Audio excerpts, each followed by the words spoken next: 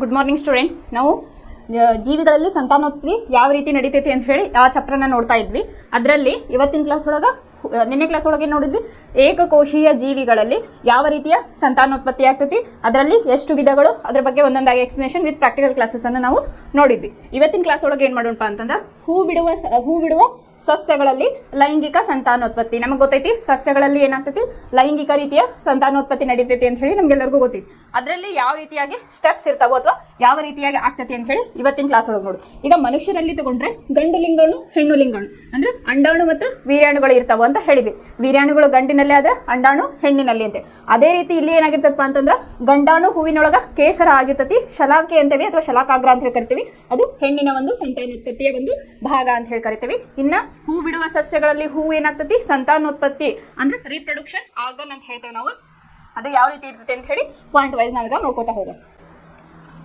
ಇಲ್ಲಿ ಸಸ್ಯಗಳಲ್ಲಿ ಸ್ಟಾರ್ಟಿಂಗ್ ನಾವು ಹೂವಿನಲ್ಲಿ ಯಾವ ರೀತಿಯಾಗಿ ಸಂತಾನೋತ್ಪತ್ತಿ ಆಗ್ತದೆ ಅಂತ ಹೇಳಿ ನೋಡ್ತಾ ಹೋಗೋಣ. ಬೇಸಿಕ್ ಇಂದ ಫಸ್ಟ್ ಸಸ್ಯದ ಸಂತಾನೋತ್ಪತ್ತಿಯ ಭಾಗವನ್ನ ನಾವು ಯಾವ್ದಂತೇವಪ್ಪ ಅಂತಂದ್ರೆ ಹೂವನ್ನ ನಾವೇನಂತೀವಿ ಸಸ್ಯದ ಒಂದು ಸಂತಾನೋತ್ಪತ್ತಿಯ ಭಾಗ ಅಂತ ಹೇಳಿ ಕರಿತೀವಿ. ಯಾವ ಹೂವಿನಲ್ಲಿ ಯಾವುದೇ ಒಂದು ಹೂವಿನಲ್ಲಿ ಹೆಣ್ಣು ಲಿಂಗಾಣು ಮತ್ತು ಗಂಡು ಲಿಂಗಾಣು ಇದ್ದರೆ ಒಂದೇ ಹೂವಿನಲ್ಲಿ ಅಂದ್ರೆ ಯಾವ್ದಾದ್ರು ಒಂದು ಹೂವಿನಲ್ಲಿ ಹೆಣ್ಣು ಅಥವಾ ಹೆಣ್ಣು ಮತ್ತು ಗಂಡು ಲಿಂಗಾಣು ಇದ್ರದ್ದು ಏನಂತ ಕರಿತೀವಪ್ಪ ಅಂತಂದ್ರೆ ದ್ವಿಲಿಂಗಿ ಅಂತ ಹೇಳಿ ಕರಿತೀವಿ. ಅಂದ್ರೆ ಕೇಸರ ಮತ್ತು ಶಲಾಕೆ ಇರಬೇಕು ಅಂತ ಹೇಳಿ ಹೇಳತ್ತಾರೆ. ಅದಕ್ಕೆ ಎಕ್ಸಾಂಪಲ್ ಯಾವ್ದು ತಗೋಬಹುದು ನಾವು, ದಾಸವಾಳ ಅಂತ ಹೇಳಿ ಹೇಳ್ಬೋದು. ಇನ್ನು ಯಾವ ಹೂವಿನಲ್ಲಿ ಕೇವಲ ಒಂದು ಗಂಡಾಣು ಇರಬೇಕಿಲ್ಲ ಹೆಣ್ಣು ಲಿಂಗಾಣು ಅಂದ್ರೆ ಗಂಡು ಲಿಂಗಾಣು ಅಥವಾ ಹೆಣ್ಣು ಲಿಂಗಾಣು ಎರಡರಾಗ ಒಂದೇ ಇತ್ತಂದ್ರೆ ಅದೇನಂತ ಕರಿತೀವಪ್ಪ ಅಂತಂದ್ರೆ ಏಕಲಿಂಗಿ ಅಂತ ಹೇಳಿ. ನೀವು ಇದನ್ನ ಬಹಟ್ ಹಾಕೋ ಅವಶ್ಯಕತೆ ಇಲ್ಲ. ಯಾಕಂತಂದ್ರೆ ದ್ವಿಲಿಂಗಿ ಅಂತಂದ್ರೇನು, ದ್ವಿ ಅಂದ್ರೆ ಎರಡು, ಇಲ್ಲೇ ಲೈಂಗಿಕ ಅಂತಂದ್ರೇನು ಒಂದು ಗಂಡು ಒಂದು ಹೆಣ್ಣು ಇದ್ದಾಗ ಮಾತ್ರ ಅಲ್ಲೇ ಲೈಂಗಿಕ ಸಂತಾನೋತ್ಪತ್ತಿ ಆಗ್ತದೆ ಅಂತ ಹೇಳಿ ಹೇಳ್ತಾರೆ. ಸೊ ಹಾಗಾಗಿ ನೀವು ದ್ವಿ ಅಂದ್ರೆ ಎರಡು, ಇಲ್ಲೇ ಹೆಣ್ಣು ಮತ್ತು ಗಂಡು ಯಾವ್ದಾಗ್ತತಿ ಒಂದೇ ಹೂವಿನಲ್ಲಿ ಇದ್ದರೆ ಅದಕ್ಕೆ ದ್ವಿಲಿಂಗಿ ಅಂತ ಹೇಳಿ ಕರೀತಾರೆ.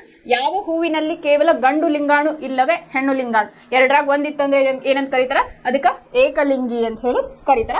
ಎಕ್ಸಾಂಪಲ್ ಇಲ್ಲೇ ಪಪಾಯ ತಗೋಬಹುದು, ಕಲ್ಲಂಗಡಿಯನ್ನ ನಾವಿಲ್ಲಿ ಕನ್ಸಿಡರ್ ಮಾಡ್ಬೋದು. ಇನ್ನು ಗಂಡು ಲಿಂಗಾಣು ಯಾವುದು, ಹೆಣ್ಣು ಲಿಂಗಾಣು ಯಾವುದು, ಇಲ್ಲಿ ಯಾವ ರೀತಿ ಸಂತಾನೋತ್ಪತ್ತಿ ಆಗ್ತೈತೆ ಅಂತ ಹೇಳಿ ನೋಡಿ. ಇಲ್ಲೇ ಹೂವಿನಲ್ಲಿ ಸಂತಾನೋತ್ಪತ್ತಿ ಒಳಗ ಗಂಡು ಯಾವುದು, ಗಂಡು ಲಿಂಗಾಣು ಕೇಸರ ಅಂತ ಹೇಳಿ ಕರಿತೇವೆ. ಹೆಣ್ಣು ಲಿಂಗಾಣು ಯಾವುದು, ಶಲಾಕೆ ಅಂತ ಹೇಳಿ ಕರಿತೇವೆ. ಇಲ್ಲಿ ಫಸ್ಟ್ ಗಂಡು ಲಿಂಗಾಣುವಿನ ಕೆಲಸ ಏನು, ಅದು ಏನ್ ಮಾಡ್ತೈತಿ ಅಂತ ಹೇಳಿ ನಾವು ತಿಳ್ಕೊಳ್ಳೋದು. ಫಸ್ಟ್ ಗಂಡು ಲಿಂಗಾಣು ಏನ್ ಮಾಡ್ತದಪ್ಪ ಅಂತಂದ್ರೆ ಹಳದಿ ಬಣ್ಣದ ಒಂದು ವಸ್ತುವನ್ನ ಬಿಡುಗಡೆ ಮಾಡ್ತದೆ. ಹಳದಿ ಸ್ವಲ್ಪ ಕೇಸರಿ ಬಣ್ಣ ಅಂತ ತಗೋಬಹುದು, ಇಲ್ಲ ಎಕ್ಸಾಕ್ಟ್ ಆಗಿ ಹೇಳ್ಬೇಕಂತಂದ್ರೆ ಹಳದಿ ಬಣ್ಣದ ಒಂದು ವಸ್ತುವನ್ನ ಬಿಡುಗಡೆ ಮಾಡ್ತೈತಿ. ಅದಕ್ಕೆ ಏನಂತಾರಪ್ಪ ಅಂತಂದ್ರೆ ಪರಾಗ ರೇಣು ಅಂತ ಹೇಳಿ ಕರೀತಾರ. ಈ ಪರಾಗ ರೇಣು ಎಲ್ಲಿ ಉತ್ಪತ್ತಿ ಆಗ್ತದಪ್ಪ ಅಂತಂದ್ರೆ ಕೇಸರದಲ್ಲಿ ಉತ್ಪತ್ತಿ ಆಗ್ತತಿ. ಹಂಗಾಗಿ ಇದನ್ನ ಗಂಡು ಲಿಂಗಾಣುವನ್ನ ಏನಂತ ಕರೀತಾರ, ಕೇಸರ ಅಂತ ಹೇಳಿ ಕರೀತಾರ. ಆಮೇಲೆ ಈ ಪರಾಗ ರೇಣುಗಳು ಏನ್ ಮಾಡ್ತಾರಪ್ಪ ಅಂತಂದ್ರೆ ಏನ್ ಮಾಡ್ತತಿ ಅಂತಂದ್ರೆ ಪರಾಗ ನಳಿಕೆಯ ಮೂಲಕ ಅಂಡಾಶಯವನ್ನ ಸೇರುತ್ತದೆ ಅಂತ ಹೇಳಿ ಹೇಳಾರ. ಈಗ ಯಾವುದು ಹೆಣ್ಣಿನ ಒಂದು ಲಿಂಗಾಣು ಯಾವುದು, ಶಲಾಕೆ. ಇಲ್ಲಿ ಏನಾಗಿರ್ತೈತಿ ಅಂಡಾಶಯದೊಳಗ ಇದಿರ್ತೈತಲ್ಲ ಅಲ್ಲಿ ಹೋಗಿ ಇದು ಸೇರ್ತೈತಿ ಅಂತ ಹೇಳಿ. ಇಲ್ಲಿ ಫಸ್ಟ್ ನೋಡ್ರಿ, ಒಂದು ಹೂವಿನ ನೀಳಛೇದ ಡಿಸೆಕ್ಟೆಡ್ ಅಂತ ಹೇಳಿ ಕರೀತಾರ, ಡಿಸೆಕ್ಷನ್ ಅಂತ ಹೇಳಿ.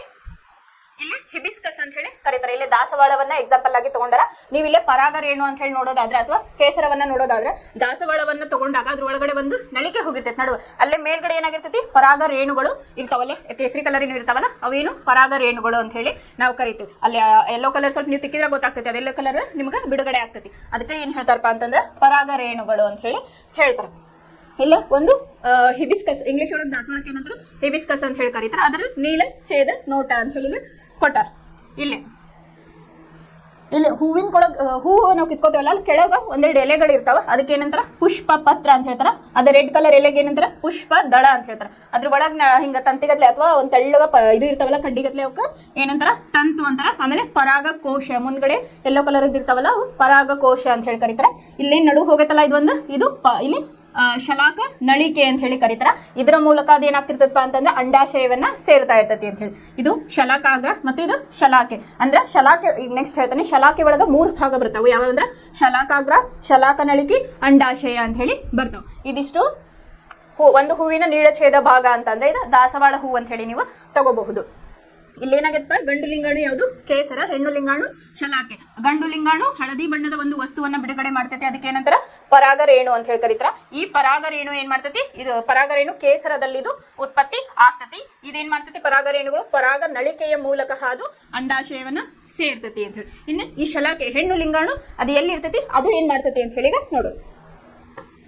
ಇಲ್ಲಿ ಶಲಾಕ ಬಗ್ಗೆನೇ ತಿಳ್ಕೊಳ್ಳೋದಾದ್ರೆ ಹೆಣ್ಣು ಲಿಂಗಾಣು ಶಲಾಕೆ ಅಂತ ಹೇಳ್ತೀವಿ.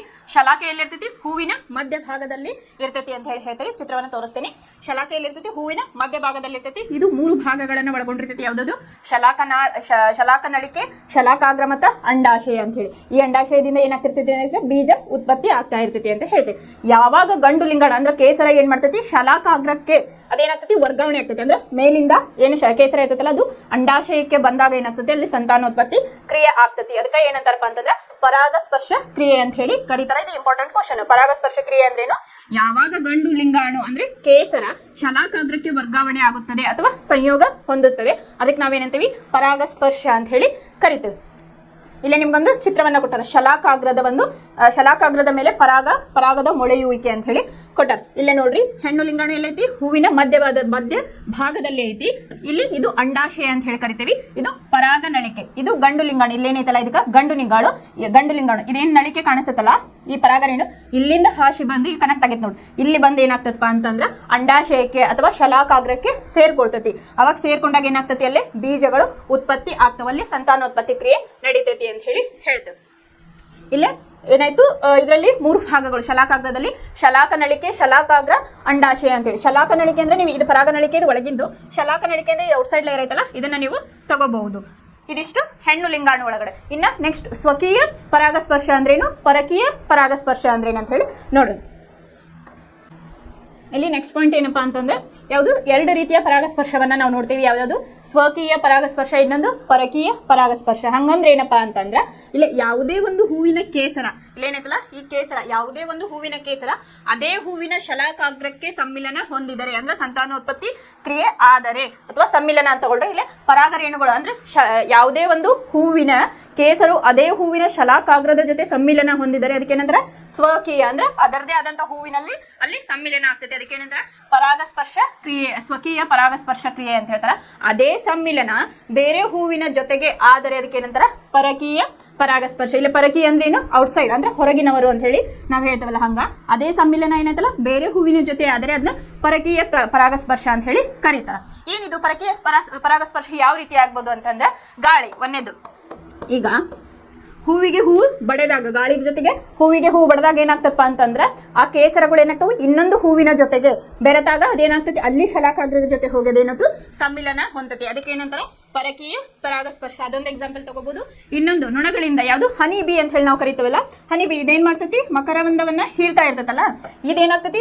ಒಂದು ಹೂವಿನಿಂದ ಇನ್ನೊಂದು ಹೂವಿಗೆ ಜಂಪ್ ಆಗ್ತಾ ಇರ್ತತಿ. ಈ ಹನಿ ಬಿ ಏನ್ ಮಾಡ್ತಪ್ಪ ಅಂತಂದ್ರೆ ಈಗ ಒಂದು ಹೂವಿನ ಮೇಲೆ ಹೋಗಿ ಕುಂದಿರ್ತತಿ ಮಕರಂದವ ಹಿರ್ಲಿಕ್ಕೆ. ಅವಾಗ ಏನ್ ಮಾಡ್ತತಿ? ಅಲ್ಲಿ ಕೆಲವೊಂದಿಷ್ಟು ಪರಾಗ ರೇಣುಗಳು ಅದಕ್ಕೆ ಅಂಟ್ಕೋತಾವ. ಅಲ್ಲಿಂದ ಏನ್ ಮಾಡ್ತಾ ಇವು ಕೇಸರಗಳು ಅಂಟ್ಕೋತಾವ. ಅಲ್ಲಿಂದ ಏನಾಗ್ತತಿ? ಇನ್ನೊಂದು ಹೂವಿಗೆ ಅದು ಜಂಪ್ ಆಗ್ತತಿ. ಜಂಪ್ ಆದಾಗ ಏನಾಗ್ತಪ್ಪ ಅಂತಂದ್ರೆ ಇನ್ನೊಂದು ಹೂವಿಗೆ ಕುಂತಾಗ ಆ ಕೇಸರಗಳು ಆ ಹೂವಿನ ಒಂದು ಶಲಾಕೆ ಅಥವಾ ಅಲ್ಲಿ ಅಂಡಾಶಯ ಜೊತೆ ಸೇರಿ ಏನಾಗ್ತತಿ? ಸಮ್ಮಿಲನವನ್ನ ಹೊಂದತಿ. ಅದಕ್ಕೂ ನಾವು ಪರಕೀಯ ಪರಾಗಸ್ಪರ್ಶ ಅಂತ ಹೇಳಿ ಕರಿಬಹುದು. ಇನ್ನೊಂದು ಯಾವ ರೀತಿ ಅಂದ್ರೆ ಮನುಷ್ಯರಿಂದನೂ ಕೂಡ ಆಗ್ಬಹುದು. ಯಾವ ರೀತಿ? 2 ಹೂವನ್ನ ತಗೊಂಡು ಅದನ್ನ ಹಿಂಗ ಬಡಿದಾಗ ಅಥವಾ ಎರಡನ್ನು ಟಚ್ ಮಾಡಿದಾಗ ಇದ್ರಾಗಿರ್ತಕ್ಕಂಥ ಕೇಸರ ಇನ್ನೊಂದು ಹೂವಿನೊಳಗೆ ಅದು ಸೇರ್ಕೋತಪ್ಪ ಅಂತಂದ್ರೆ ಅವಾಗೂ ಕೂಡ ಇದು ಪರಕೀಯ ಪರಾಗಸ್ಪರ್ಶ ಆಗ್ತತಿ ಅಂತ ಹೇಳಿ ಹೇಳ್ಬೋದು. ಇಲ್ಲಿ ಪರಾಗಸ್ಪರ್ಶ ಅಂದ್ರ ಗೊತ್ತಾಯ್ತು ನಿಮ್ಗೆ. ಇಲ್ಲಿ ಪರಾಗಸ್ಪರ್ಶ ಒಳಗ 2 ಕ್ರಿಯೆಗಳದಾವು, 2 ರೀತಿ ಅದಾವ. ಯಾವ್ಯಾವು? ಸ್ವಕೀಯ ಪರಾಗಸ್ಪರ್ಶ, ಇನ್ನೊಂದು ಪರಕೀಯ ಪರಾಗಸ್ಪರ್ಶ ಅಂತ ಹೇಳಿ ನಾವಿಲ್ಲಿ ಕರಿತೇವೆ. ಯಾವುದೇ ಒಂದು ಹೂವಿನ ಕೇಸರು ಅದೇ ಹೂವಿನಲ್ಲಿ ಶಲಾಕಾಗ್ರದ ಜೊತೆ ಸಮ್ಮಿಲನ ಹೊಂದಿದರೆ ಅದಕ್ಕೆ ಸ್ವಕೀಯ ಪರಾಗಸ್ಪರ್ಶ ಅಂತ ಕರೀತಾರೆ. ಅದೇ ಸಮ್ಮಿಲನ ಬೇರೆ ಹೂವಿನ ಜೊತೆ ಆದರೆ ಅಂದ್ರೆ ಬೇರೆ ಹೂವಿನ ಶಲಾಕಾಗ್ರದ ಜೊತೆಗೆ ಆದ್ರೆ ಅದನ್ನೇ ಅಂತರ ಪರಕೀಯ ಪರಾಗಸ್ಪರ್ಶ ಅಂತ ಹೇಳಿ. ಇನ್ನು ಪರಕೀಯ ಪರಾಗಸ್ಪರ್ಶ ಆಗುವಂತ ಪಾಸಿಬಿಲಿಟಿ ಯಾವ್ಯಾವು? 3 ರೀತಿಯಲ್ಲಿ ಆಗ್ಬಹುದು. ಒಂದು ಗಾಳಿಯಲ್ಲಿ ಹೂವು ಬಡಿದಾಗ ಆಗ್ತತಿ. ಇನ್ನೊಂದು ಹನಿ ಬಿ ಮೂಲಕ ಅಂದ್ರೆ ಅದು ಮಕರಂದವನ್ನ ಹೀರಬೇಕಾದ್ರೆ ಒಂದು ಹೂವಿನಿಂದ ಇನ್ನೊಂದು ಹೂವಿಗೆ ಹಾರಿದಾಗ ಅಲ್ಲಿ ಪರಾಗ ರೇಣುಗಳು ಕೇಸರಗಳು ಇನ್ನೊಂದು ಹೂವಿನ ಶಲಾಕಾಗ್ರಕ್ಕೆ ಅಂಟಿಕೊಂಡು ಅಲ್ಲಿ ಪರಾಗಸ್ಪರ್ಶ ಪರಕೀಯ ಪರಾಗಸ್ಪರ್ಶ ಕ್ರಿಯೆ ನಡೆದು ಸಮ್ಮಿಲನ ಹೊಂದಿ ಸಂತಾನೋತ್ಪತ್ತಿ ಆಗ್ತತಿ. ಇನ್ನೊಂದು ಮನುಷ್ಯರಿಂದ ಆಗ್ತತಿ. ಹೂ ಟಚ್ ಮಾಡಿದಾಗ ಕೂಡ ಆಗ್ಬೋದು ಅಂತ ಹೇಳಿ ಹೇಳ್ತಾರೆ. ಇನ್ನು ನೆಕ್ಸ್ಟ್ ಅಂಡಾಶಯದ ಬಗ್ಗೆ ತಿಳ್ಕೊಳ್ಳಿ. ಇನ್ನು ನೆಕ್ಸ್ಟ್ ಅಂಡಾಶಯ. ಅಂಡಾಶಯದಲ್ಲಿ ಏನ್ ಕಂಡು ಬರ್ತಾವಪ್ಪ ನಮ್ಗೆ? ಅಂಡಾಣುಗಳು ಕಂಡು ಬರ್ತವೆ ಅಂತ ಹೇಳಿ ಗೊತ್ತಾಯ್ತು. ಈ ಪರಾಗ ರೇಣು ಅಥವಾ ಕೇಸರಗಳು ಏನದಾವಲ್ಲ ಅವು ಅಂಡಾಣು ಜೊತೆ ಸಮ್ಮಿಲನ ಹೊಂದಿದಾಗ, ಇಲ್ಲ ಅಂಡಾಣು ಜೊತೆ ಸಮ್ಮಿಲನ ಹೊಂದಿದಾಗ ಏನಾಗ್ತತಿ? ಒಂದು ಯುಗ್ಮಜ ಅಂತ ಹೇಳಿ ಕರಿತೀವಿ. ಯುಗ್ಮಜ ಉಂಟಾಗ್ತತಿ. ಈಗ ಮನುಷ್ಯರಲ್ಲಿ ಅಷ್ಟೇ ಎಗ್ ಏನಿರ್ತದಲ್ಲ ಹೆಣ್ಮಕ್ಳಲ್ಲಿ, ಅಲ್ಲಿ ಏನಾಗ್ತತಿ? ಒಡೆದು ಒಂದು ಭ್ರೂಣ ಆಗ್ತತಿ. ಇಲ್ಲಿ ಏನಾಗ್ತತಿ? ಯುಗ್ಮಜ ಉಂಟಾಗ್ತತಿ. ಆ ಯುಗ್ಮಜ ಏನಾಗ್ತತಿ? ಒಡಿತೈತಿ. ಅದಕ್ಕೆ ಏನಂತ ಕರೀತಾರಪ್ಪ ಅಂತಂದ್ರೆ ಭ್ರೂಣ ಅಂತ ಹೇಳಿ ಕರೀತಾರ. ಅದನ್ನ ಹೆಣ್ಮಕ್ಳಲ್ಲಿ ಏನಂತಾರ? ಎಗ್ ರಪ್ಚರ್ ಅಂತ ಹೇಳಿ ಕರೀತಾರ. ಈ ಯುಗ್ಮಜ ಒಡೆದು ಏನಾಗ್ತತಿ? ಭ್ರೂಣವಾಗಿ ಫಾರ್ಮ್ ಆಗ್ತತಿ. ಆ ಭ್ರೂಣದಲ್ಲಿ ಏನಾಗಿರ್ತೈತಿ? ಒಂದು ರಕ್ಷಾ ಕವಚ ಇರ್ತೈತಿ. ಅದಕ್ಕೆ ಏನಂತಾರಪ್ಪ ಅಂತಂದ್ರೆ ಬೀಜ ಅಂತ ಹೇಳಿ ಕರೀತಾರೆ. ಇದಿಷ್ಟು ಅಂಡಾಶಯದ ಒಂದು ಎಕ್ಸ್ಪ್ಲನೇಷನ್. ಏನ್ ಬರೀಬೇಕು? ಅಂಡಾಶಯದಲ್ಲಿ ಅಂಡಾಣುಗಳು ಕಂಡು ಬರ್ತಾವು. ಈ ಪರಾಗರೇಣುಗಳು ಯಾವಾಗ ಅಂಡಾಣು ಜೊತೆ ಸಮ್ಮಿಲನ ಹೊಂದತಲ್ಲ ಅವಾಗ ಏನಾಗ್ತಪ್ಪ ಅಂತಂದ್ರೆ ಯುಗ್ಮಜ ಉಂಟಾಗ್ತತಿ. ಈ ಯುಗ್ಮಜ ಒಡೆದು ಏನಾಗ್ತತಿ? ಭ್ರೂಣವಾಗಿ ಅಲ್ಲೇ ಫಾರ್ಮೇಶನ್ ಹೊಂದತಿ. ಈ ಭ್ರೂಣದ ಸುತ್ತಲೂ ಏನಾಗ್ತತಿ? ಒಂದು ಕವಚ ಉಂಟಾಗ್ತತಿ. ಭ್ರೂಣದಲ್ಲಿ ಒಂದು ರಕ್ಷಾ ಕವಚ ಉಂಟಾಗ್ತತಿ. ಅದಕ್ಕೆ ನಾವೇನಂತೀವಿ? ಬೀಜ ಅಂತ ಹೇಳಿ ಕರಿತೀವಿ. ಇದಿಷ್ಟು ಏನಪ್ಪಾ ಅಂತಂದ್ರೆ ಸಸ್ಯಗಳಲ್ಲಿ ಯಾವ ರೀತಿ ಆಗ್ತದೆ ಅಂತ ಹೇಳಿ ಹೇಳಿದ. ಇದನ್ನ ಇನ್ನೊಂದ್ಸಲಿ ಗ್ಲಾನ್ಸ್ ಮಾಡ್ತಾರೆ ಯಾವ ರೀತಿ ಅಂತ ಹೇಳಿ. ಇಲ್ಲಿ ಒಂದು ಹೂವಿನ ನೀಲಛೇದ ಭಾಗ ಅಂತ ಹೇಳಿ ತಗೊಂಡಾರ. ಒಂದು ಹೂನಾಗ ಏನಿರ್ತಪ್ಪ ಅಂತಂದ್ರೆ ಪುಷ್ಪ ಪತ್ರ ಇರ್ತೈತಿ, ಪುಷ್ಪದಳ ಇರ್ತೈತಿ, ಪರಾಗಕೋಶ, ತಂತು, ಆಮೇಲೆ ಶಲಾಕೆ ಒಳಗೆ ನಾವು 3 ರೀತಿಯಾದ ಭಾಗಗಳನ್ನ ನೋಡ್ತೀವಿ. ಯಾವ್ದಪ್ಪ ಅಂತಂದ್ರೆ ಶಲಾಕಾಗ್ರ, ಶಲಾಕ ನಳಿಕೆ ಮತ್ತು ಅಂಡಾಶಯ ಅಂತ ಹೇಳಿ ಹೇಳ್ತೀವಿ. ಗಂಡು ಲಿಂಗಾಣು ಕೇಸರ, ಹೆಣ್ಣು ಲಿಂಗಾಣು ಇಲ್ಲಿ ಶಲಾಕಾಗ್ರ ಅಂತ ಹೇಳಿ ಶಲಾಕೆ ಅಂತ ಹೇಳಿ ಕರಿತೀವಿ. ಇಲ್ಲಿ ಏನಾಗ್ತತಿ ಅಂತ ಹೇಳಿ ನೋಡೋಣ. ಆವೃತ ಬೀಜ ಸಸ್ಯಗಳಲ್ಲಿ ಸಂತಾನೋತ್ಪತ್ತಿ ಭಾಗಗಳು ಹೂವಿನಲ್ಲಿ ಅಡಕವಾಗಿರುತ್ತದೆ. ಇಲ್ಲೇ ಸಸ್ಯಗಳಲ್ಲಿ ಸಂತಾನೋತ್ಪತ್ತಿಯ ಭಾಗ ಯಾವ್ದು ಅಂತ ಹೇಳಿದೆ? ಫಸ್ಟ್ ಪಾಯಿಂಟ್ ಹೂವು ಅಂತ ಹೇಳಿ ಹೇಳಿದೆ. ಪುಷ್ಪ ಪತ್ರ, ಪುಷ್ಪದಳ, ಕೇಸರ ಮತ್ತು ಶಲಾಕಗಳಂತ ಹೂವಿನ ವಿಭಿನ್ನ ಭಾಗಗಳನ್ನು ನೀವು ಈಗಾಗಲೇ ಅಧ್ಯಯನ ಮಾಡಿದ್ದೀರಿ. ಕೇಸರ ಮತ್ತು ಶಲಾಕಗಳು ಹೂವಿನ ಸಂತಾನೋತ್ಪತ್ತಿ ಭಾಗಗಳು. ಅವು ಲಿಂಗಾಣುಗಳನ್ನು ಹೊಂದಿವೆ. ಪುಷ್ಪ ಪತ್ರ ಮತ್ತು ಪುಷ್ಪದಳಗಳು ಯಾವ ಸಂಭಾವ್ಯ ಕಾರ್ಯಗಳನ್ನು ನಿರ್ವಹಿಸುತ್ತವೆ ಅಂತ ಹೇಳಿ ಕ್ವಶನ್ ಮಾಡ್ಯಾರ. ಇಲ್ಲೇನು ಒಂದು ಹೂವಿನೊಳಗೆ ಏನೇನಿರ್ತಾವಪ್ಪ? ಪುಷ್ಪ ಪತ್ರ, ಪುಷ್ಪದಳ, ಕೇಸರ, ಆಮೇಲೆ ಶಲಾಕೆಗಳು ಇರ್ತಾವ ಅಂತ ಹೇಳಿ. ಇಲ್ಲೇ ಗಂಡು ಲಿಂಗಾಣು ಮತ್ತೆ ಹೆಣ್ಣು ಲಿಂಗಾಣುಗಳು ಕೂಡ ಇರ್ತಾವ ಅಂತ ಹೇಳ್ಯಾರ. ಒಂದು ಹೂವು ಕೇವಲ ಕೇಸರಗಳನ್ನು ಅಥವಾ ಶಲಾಕಗಳನ್ನು ಹೊಂದಿದ್ದರೆ ಅದು ಏಕಲಿಂಗಿ ಆಗಿರಬಹುದು. 1 ಮಾರ್ಕ್ಸ್ ಕ್ವಶನ್. ಏಕಲಿಂಗಿ ಅಂದ್ರೆ ಏನಪ್ಪಾ ಇಲ್ಲ ಅಂತಂದ್ರೆ ಯಾವ ಹೂವು ಕೇಸರಗಳನ್ನು ಹೊಂದಿರಬಹುದು ಅಥವಾ ಇಲ್ಲೇ ಶಲಾಕೆಯನ್ನ ಹೊಂದಿರಬಹುದು. 2ರಾಗ ಒಂದಿತ್ತಂದ್ರೆ ಅದನ್ನ ಏಕಲಿಂಗಿ ಅಂತ ಹೇಳಿ ಕರೀತಾರ. ಎಕ್ಸಾಂಪಲ್ ಪಪಾಯ ಮತ್ತು ಕಲ್ಲಂಗಡಿಯನ್ನ ತಗೋಬಹುದು. ಅಥವಾ ಅದು ಕೇಸರ ಮತ್ತು ಶಲಾಕೆಗಳೆರಡನ್ನೂ ಹೊಂದಿದ್ದರೆ ಅದನ್ನ ದ್ವಿಲಿಂಗಿ ಅಂತ ಹೇಳಿ ಕರೀತಾರೆ. ಎಕ್ಸಾಂಪಲ್ ಯಾವುದು? ದಾಸವಾಳ ಆಗಿರ್ಬೋದು, ಸಾಸಿವೆಯನ್ನು ಇಲ್ಲಿ ನೀವು ತಗೋಬಹುದು. ಕೇಸರವು ಗಂಡು ಸಂತಾನೋತ್ಪತ್ತಿ ಭಾಗವಾಗಿದೆ. ಇದು ಹಳದಿ ಬಣ್ಣದ ಪರಾಗ ರೇಣುಗಳನ್ನ ಬಿಡುಗಡೆ ಮಾಡುತ್ತದೆ. ನಾವು ಅದು ಹೂವಿನ ಕೇಸರವನ್ನು ಮುಟ್ಟಿದಾಗ ನಮ್ಗೆ ಕೈಗೊಂಡಿಕೊಳ್ಳುವ ಈ ಹಳದಿ ಬಣ್ಣದ ಪುಡಿಯನ್ನು ನೀವು ನೋಡಿರಲೇಬೇಕು. ಈ ಹೂವಿನಾಗ ನೀವು ಅದನ್ನ ಮುಟ್ಟಿದಾಗ ಏನಾಗ್ತದೆ? ಕೇಸರಿ ಕಲರ್ ಅನ್ನಲ್ಲ, ಹಳದಿ. ನೀವು ಹಿಬಿಸ್ಕಸ್ ತಗೊಂಡ್ರೆ ಮೇಲೆ ಇರ್ತಾವಲ್ಲ ಅದನ್ನ ನೀವು ಹಿಂಗೆ ಮಾಡಿದಾಗ ಹಳದಿ ಕಲರ್ ಬರ್ತೈತಿ ಅಥವಾ ಕೇಸರಿ ಕಲರ್. ಅದೇ ಏನಪ್ಪಾ ಅಂತಂದ್ರೆ ಪರಾಗ ರೇಣು ಅಂತ ಹೇಳಿ ನಾವೆಲ್ಲ ಕರಿತೀವಿ. ಶಲಾಕವು ಹೆಣ್ಣು ಸಂತಾನೋತ್ಪತ್ತಿ ಭಾಗವಾಗಿದ್ದು ಹೂವಿನ ಮಧ್ಯಭಾಗದಲ್ಲಿ ಅದು ಇರ್ತೈತಿ ಅಂತ ಹೇಳಿ ಹೇಳಿದ್ದಾರೆ. ಇದು 3 ಭಾಗಗಳಿಂದಾಗಿದೆ. ಉಬ್ಬಿಕೊಂಡಿರುವ ಕೆಳಭಾಗವು ಅಂಡಾಶಯ ಅಂದ್ರೆ ಇದು ಅಂಡಾಶಯ. ಉಬ್ಬಿಕೊಂಡಿರುವ ಮಧ್ಯಭಾಗ ಅದೇನು? ಅಂಡಾಶಯ ಅಂತ ಹೇಳಿ ಹೇಳಿದ್ದಾರೆ. ಉದ್ದನೆಯ ಮಧ್ಯಭಾಗವು ಶಲಾಕ ನಳಿಕೆ. ಇದೇನು? ಶಲಾಕ ನಳಿಕೆ ಅಂತ ಹೇಳಿ ಕರೀತಾರ. ಇದೇನಪ್ಪಾ ಅಂತಂದ್ರೆ ಪರಾಗ ನಳಿಕೆ. ಪೈಪ್ ಏನೈತಲ್ಲ ಅಲ್ಲಿಂದ ಹಾಗೆ ಪರಾಗ ರೇಣು ಅಲ್ಲೇ ಹೋಗ್ತಾ ಇರ್ತೈತಿ ಅಂತ ಹೇಳಿ. ಮತ್ತು ತುದಿ ಭಾಗವು ಶಲಾಕಾಗ್ರ ಅಂದ್ರೆ ಇದು ತುದಿ ಭಾಗ ಏನು? ಶಲಾಕಾಗ್ರ. ಇದು ಜಿಗುಟ ಆಗಿರಬಹುದು. ನೀವಲ್ಲೇ ತಂತಿ ಟೈಪ್ ಹೋಗಿರ್ತದೆ, ಏನಾಗಿರ್ತೈತಿ? ಸ್ವಲ್ಪ ಜಿಬಿ ಅನಿಸ್ತಾ ಇರ್ತೈತಿ. ಅಂಡಾಶಯವು ಅಂಡಾಣುಗಳನ್ನು ಹೊಂದಿದೆ ಮತ್ತು ಪ್ರತಿ ಅಂಡಾಣು ಒಂದು ಅಂಡಕೋಶವನ್ನು ಹೊಂದಿದೆ. ಅಂಡಾಣು ಏನಾಗಿರ್ತೈತಿ? ಅಂಡಕೋಶವನ್ನಲ್ಲೇ ಹೊಂದಿರ್ತದೆ. ಔಟರ್ ಲೇಯರ್ ಅಂತ ಹೇಳಿ ನಾವು ಕರಿತೀವಿ. ಹೊರ ಕವಚ ಅದು ಅಂಡಕೋಶವನ್ನ ಹೊಂದಿದೆ. ಪರಾಗು ರೇಣುವಿನಿಂದ ಉತ್ಪತ್ತಿಯಾದ ಗಂಡು ಲಿಂಗಾಣುವು ಅಂಡಾಣುವಿನಲ್ಲಿರುವ ಹೆಣ್ಣು ಲಿಂಗಾಣುವಿನೊಂದಿಗೆ ಬೆಸೆದುಕೊಳ್ಳುತ್ತದೆ. ಲಿಂಗಕೋಶಗಳ ಈ ಸಮ್ಮಿಲನ ಅಥವಾ ನಿಷೇಚನ ಯುಗ್ಮಜವನ್ನು ಉಂಟು ಮಾಡುತ್ತದೆ. ಈ ಯುಗ್ಮಜವು ಹೊಸ ಸಸ್ಯವಾಗಿ ಬೆಳೆಯುವ ಸಾಮರ್ಥ್ಯವನ್ನ ಹೊಂದಿದೆ ಅಂತ ಹೇಳಿ ಹೇಳ್ಯಾರ. ಇಲ್ಲೇ ಪರಾಗಸ್ಪರ್ಶ ಕ್ರಿಯೆ ಅಂತಾನು ನಾವು ಹೇಳ್ತೇವೆ. ಹೆಂಗಪ್ಪ ಅಂತಂದ್ರೆ ಪರಾಗ ರೇಣುಗಳು ಏನಾಗ್ತವು?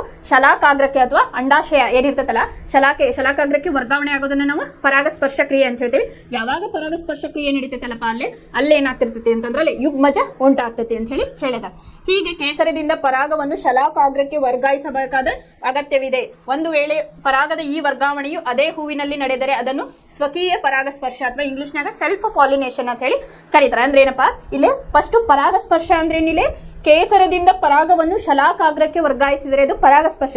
ಅದೇ ಪರಾಗಸ್ಪರ್ಶ ಒಂದು ವೇಳೆ ಪರಾಗದ ಈ ವರ್ಗಾವಣೆಯು ಅದೇ ಹೂವಿನಲ್ಲಿ ನಡೆದರೆ ಕೇಸರ ಅದೇ ಹೂವಿನ ಕೇಸರ ಅದೇ ಹೂವಿನ ಶಲಾಕಾಗ್ರಕ್ಕೆ ವರ್ಗಾವಣೆ ಅಂದ್ರೆ ಸ್ವಕೀಯ ಪರಾಗಸ್ಪರ್ಶ ಅಂತ ಹೇಳಿ ಕರಿತೀವಿ. ಅದಕ್ಕೆ ಅದಕ್ಕೆ ನಾವೇನಂತೀವಿ ಸೆಲ್ಫ್ ಪಾಲಿನೇಷನ್ ಅಂತ ಹೇಳಿ ಕರಿತೀವಿ. ಬದಲಾಗಿ ಪರಾಗವು ಒಂದು ಹೂವಿನಿಂದ ಇನ್ನೊಂದು ಹೂವಿಗೆ ವರ್ಗಾವಣೆ ಆದರೆ ಅದಕ್ಕೆ ಏನಂತೀವಿ ಕ್ರಾಸ್ ಪಾಲಿನೇಷನ್ ಅಥವಾ ಕನ್ನಡದಾಗ ಪರಕೀಯ ಪರಾಗಸ್ಪರ್ಶ ಅಂತ ಹೇಳಿ ಕರಿತೀವಿ. ಒಂದು ಹೂವಿನಿಂದ ಇನ್ನೊಂದು ಹೂವಿಗೆ ಪರಾಗದ ವರ್ಗಾವಣೆಯು ಗಾಳಿ ನೀರು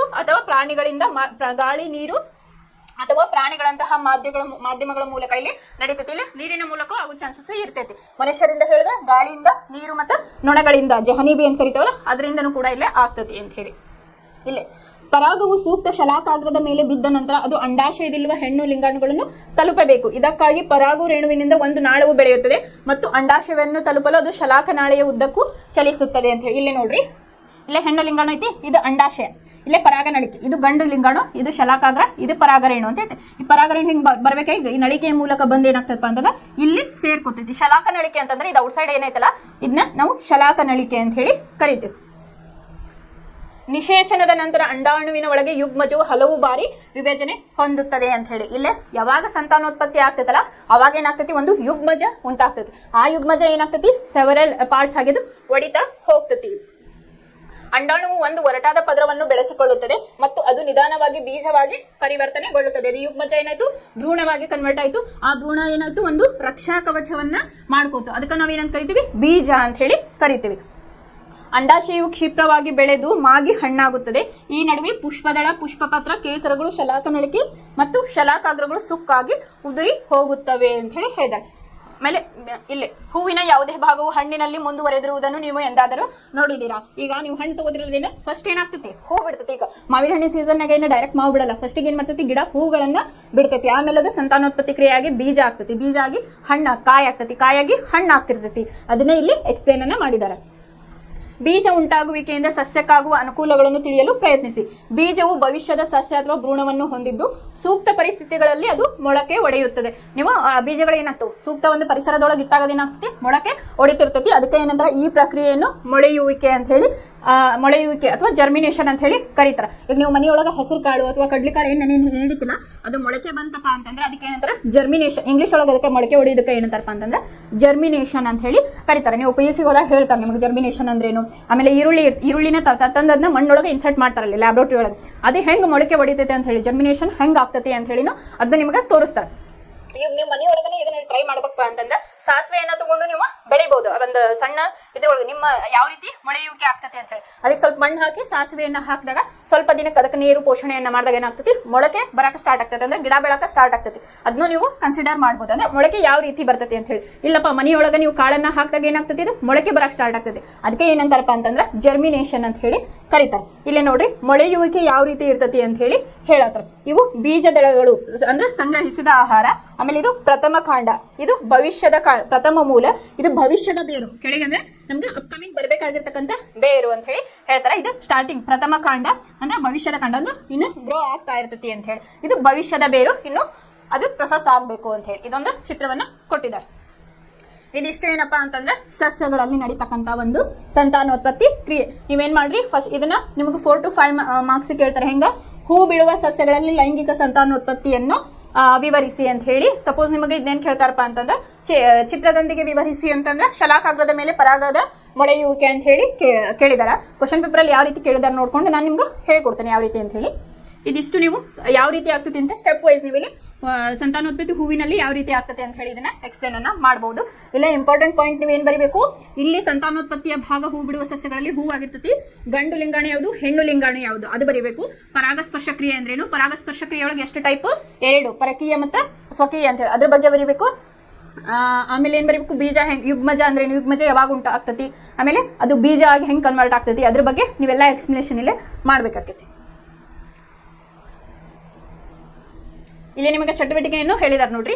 ಕಡಲೆಯ ಕೆಲವು ಬೀಜಗಳನ್ನು ನೆನೆ ಹಾಕಿ ಒಂದು ರಾತ್ರಿ ಇಡಿ, ಅದಕ್ಕೆ ನೀರನ್ನು ಬಸಿದು ಬೀಜಗಳನ್ನು ಒದ್ದೆ ಬಟ್ಟೆಯಿಂದ ಮುಚ್ಚಿರಿ ಮತ್ತು ಒಂದು ದಿನವಿಡಿ ಹಾಗೆಯೇ ಬಿಡಿ, ಬೀಜಗಳು ಒಣಗದಂತೆ ಎಚ್ಚರಿಸಿ ಅಂತ ಹೇಳಿ ಹೇಳಿದ್ದಾರೆ. ಇದು ಎಕ್ಸಾಂಪಲ್ ಏನು, ಅದೇ ಜರ್ಮಿನೇಷನ್ ಹೇಳಿದ್ನಲ್ಲ, ಮೊಳಕೆ ಹೊಡೆಯೋದು, ಅದಕ್ಕೆ ಹೇಳಿದ್ದಾರೆ. ಹೆಂಗಪ್ಪ ಅಂತಂದ್ರೆ ನಿಮಗೆ ಗೊತ್ತಿರ್ತೈತಿ, ಪಲ್ಯ ಮಾಡ್ಬೇಕಾದ್ರೆ ಏನ್ ಮಾಡ್ತಾರೆ, ಫಸ್ಟ್ ಒಂದು ದಿನ ಅದನ್ನ ಏನ್ ಮಾಡ್ತಾರ, ನೀರೊಳಗೆ ನೆನೆ ಹಾಕ್ತಾರೆ. ನೆಕ್ಸ್ಟ್ ಡೇ ಏನ್ ಮಾಡ್ತಾರ, ಅವನ್ನೆಲ್ಲ ವಾಶ್ ಮಾಡಿ ಒಂದು ಕರ್ಚಿಪ್ ಅಥವಾ ಒಂದು ಕ್ಲೀನ್ ಆದಂತ ಬಟ್ಟೆ ಒಳಗ ಮೊಳಕೆ ಬರೋದಕ್ಕದನ್ನ ಕಟ್ಟಿರ್ತಾರೆ ಸರ್ಟನ್ ಟೆಂಪರೇಚರ್ ಒಳಗೆ ಏನು ಮಾಡ್ತಾರೆ ಕಟ್ಟಿಟ್ಟಾಗ ಅದೇನಾಗ್ತದೆ ನೆಕ್ಸ್ಟ್ ಡೇ ನಿಮಗೆ ಮೊಳಕೆ ಬರೋದಕ್ಕೆ ಸ್ಟಾರ್ಟ್ ಆಗ್ತದೆ. ಅದು ಎಕ್ಸಾಂಪಲ್ ನಿಮಗೆ ಅದೇ ಸಾಸಿವೆದ್ದು ಹೇಳಿದ್ನಲ್ಲ, ಅಂದ್ರೆ ಗಿಡ ಬೆಳೆಯೋದಕ್ಕೆ ಹೇಳಿದೆ ಸಾಸಿವೆ. ಅದು ಹೆಂಗೆ ಆಗ್ತೈತಿ, ನೀವು ಬಿಟ್ಟಾಗ ಅದು ಗಿಡ ಬೆಳೆಯೋಕೆ ಸ್ಟಾರ್ಟ್ ಆಗ್ತೈತಿ ಮಣ್ಣೊಳಗೆ ಇಟ್ಟಾಗ.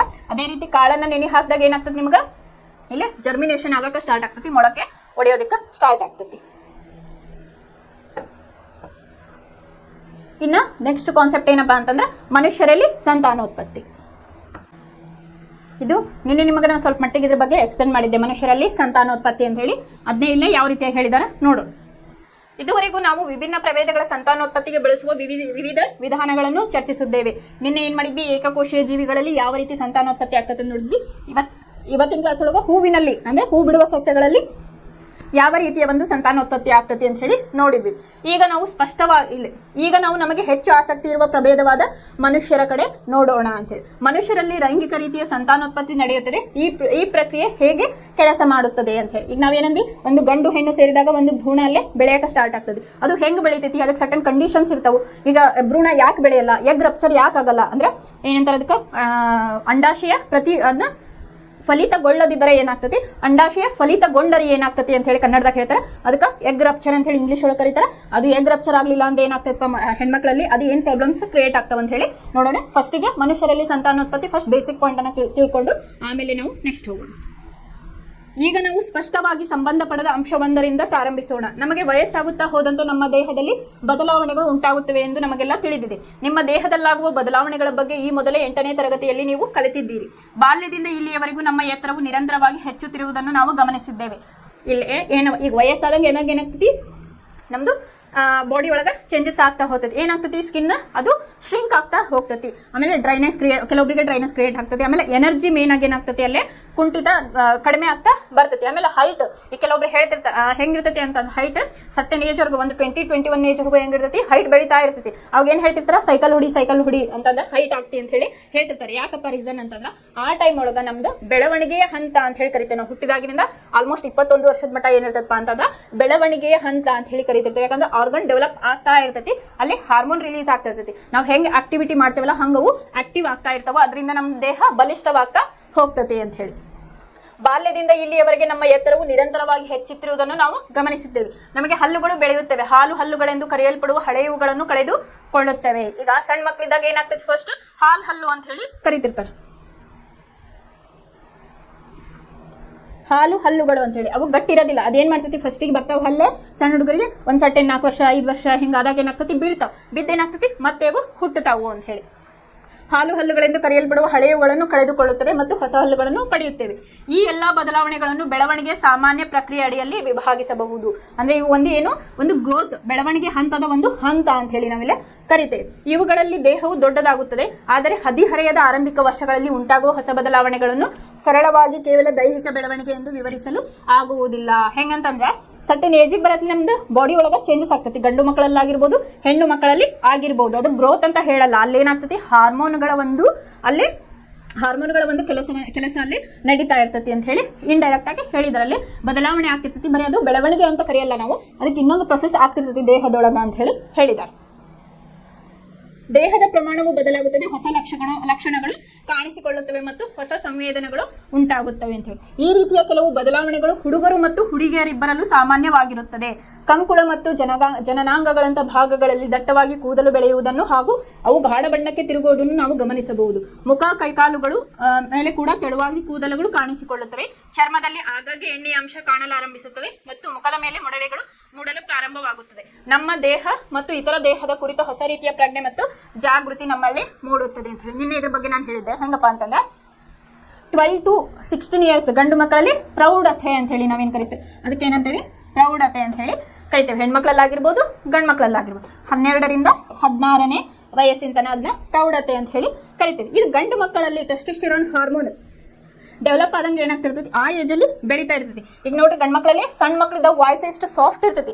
ಯಾವಾಗಿದ ಹಾರ್ಮೋನ್ ತನ್ನ ಕೆಲಸವನ್ನ ನಿಭಾಯಿಸಕ್ಕೆ ಪ್ರೌಢತೆಗೆ ಬಂದಾಗ ಕೆಲಸ ಸ್ಟಾರ್ಟ್ ಮಾಡ್ತೈತಲ್ಲ, ಮೊದಲು ಏನಾಗ್ತೈತಿ, ಧ್ವನಿ ಒಡೆಯಕ್ಕೆ ಸ್ಟಾರ್ಟ್ ಆಕತಿ. ಧ್ವನಿ ಒಡೆಯಕ್ಕೆ ಸ್ಟಾರ್ಟ್ ಆದ್ಮೇಲೆ ನೆಕ್ಸ್ಟ್ ಮುಖದ ಮೇಲೆ ಮೀಸೆ ಮತ್ತು ಗಡ್ಡೆ ಬರೋದಕ್ಕೆ ಸ್ಟಾರ್ಟ್ ಆಗ್ತೈತಿ. ಆಮೇಲೆ ಇದು ಕಂಕುಳ ಮತ್ತು ಜನನಾಂಗಗಳಲ್ಲಿ ಅವು ಗಾಢ ಬಣ್ಣದ ಕೂದಲುಗಳನ್ನ ಅಲ್ಲಿ ಕಾಣಬಹುದು ಅಂತ ಹೇಳಿ ಹೇಳ್ತಾರ. ಆಮೇಲೆ ನಿನ್ನೆ ಹೇಳಿದೆ, ಈ ಕೂದಲುಗಳು ಇರೋದು ಸಹಾಯ ಏನು, ಅಲ್ಲಿ ಟೆಂಪರೇಚರ್ ಎಷ್ಟಿರಬೇಕು, ಅಲ್ಲೇ 33 ಡಿಗ್ರಿ ಸೆಲ್ಸಿಯಸ್ ಇರಬೇಕು. ಅಂದ್ರೆ ಒಂದು ಅಲ್ಲಿ ಸ್ಪರ್ಮ್ ಅಂತ ಹೇಳಿ ಕರಿತೇವೆ ನಾವು. ವೀರ್ಯಾಣು ಒಂದು ಸರ್ವೈವ್ ಆಗಬೇಕು, ಕೌಂಟ್ ಕರೆಕ್ಟ್ ಬರಬೇಕು, ಹೆಲ್ದಿ ಇರಬೇಕು ಅಂತಂದ್ರೇನು ಇಲ್ಲಿ 33°C ಅಲ್ಲೇ ಟೆಂಪರೇಚರ್ ಮೇಂಟೈನ್ ಮಾಡಬೇಕು. ಸಪೋಸ್ ಇದು ಮೇಂಟೈನ್ ಆಗಲಿಲ್ಲ ಅಂದ್ರೆ ಗಂಡಸರಲ್ಲಿ ಬಂಜೇತನ ಅನ್ನುವ ಒಂದು ಕಾಯಿಲೆ ಅನ್ಬೋದು, ಅಥವಾ ಗಂಡಸರಲ್ಲಿ ಬಂಜತನ ಅಂತ ಹೇಳಿ ಕರೀತಾರ. ಹಾಗಾಗಿ ಏನ್ ಹೇಳ್ತಾರಪ್ಪ ಅಂತಂದ್ರೆ ಟೈಟ್ ಜೀನ್ಸ್ ಹಾಕಬಾರ್ದು, ಅತಿ ಹೀಟ್ ಆಗುವಂತಹ ಬಟ್ಟೆಗಳನ್ನಾಗಿರ್ಬೋದು, ಟೈಟ್ ಆಗಿರ್ತಕ್ಕಂಥ ಜೀನ್ಸ್ಗಳನ್ನ ಹಾಕಬಾರದು ಅಂತ ಹೇಳಿ ಹೇಳ್ತಾರ.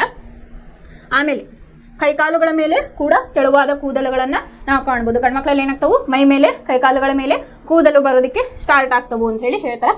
ಆಮೇಲೆ ನಾನು ಆಯಿಲ್ ಗ್ಲ್ಯಾಂಡ್ ಬಗ್ಗೆ ಹೇಳಿದೆ, ತೈಲ ಗ್ರಂಥಿಗಳು ಅಂತ ಹೇಳಿ ನಿನ್ನೆ ಹೇಳಿದೆ. ಇವು ಜಾಸ್ತಿ ತೈಲವನ್ನ ಬಿಡುಗಡೆ ಮಾಡ್ತಾವು. ಈ ತೈಲ ಗ್ರಂಥಿಗಳು ಬಿಡುಗಡೆ ಆದಂಗೆ ಏನಾಗ್ತೈತಿ ಅಂತಂದ್ರೆ ಮುಖದಲ್ಲಿ ಮೊಡವೆಗಳು ಬರಕ್ ಸ್ಟಾರ್ಟ್ ಆಗ್ತೈತಿ.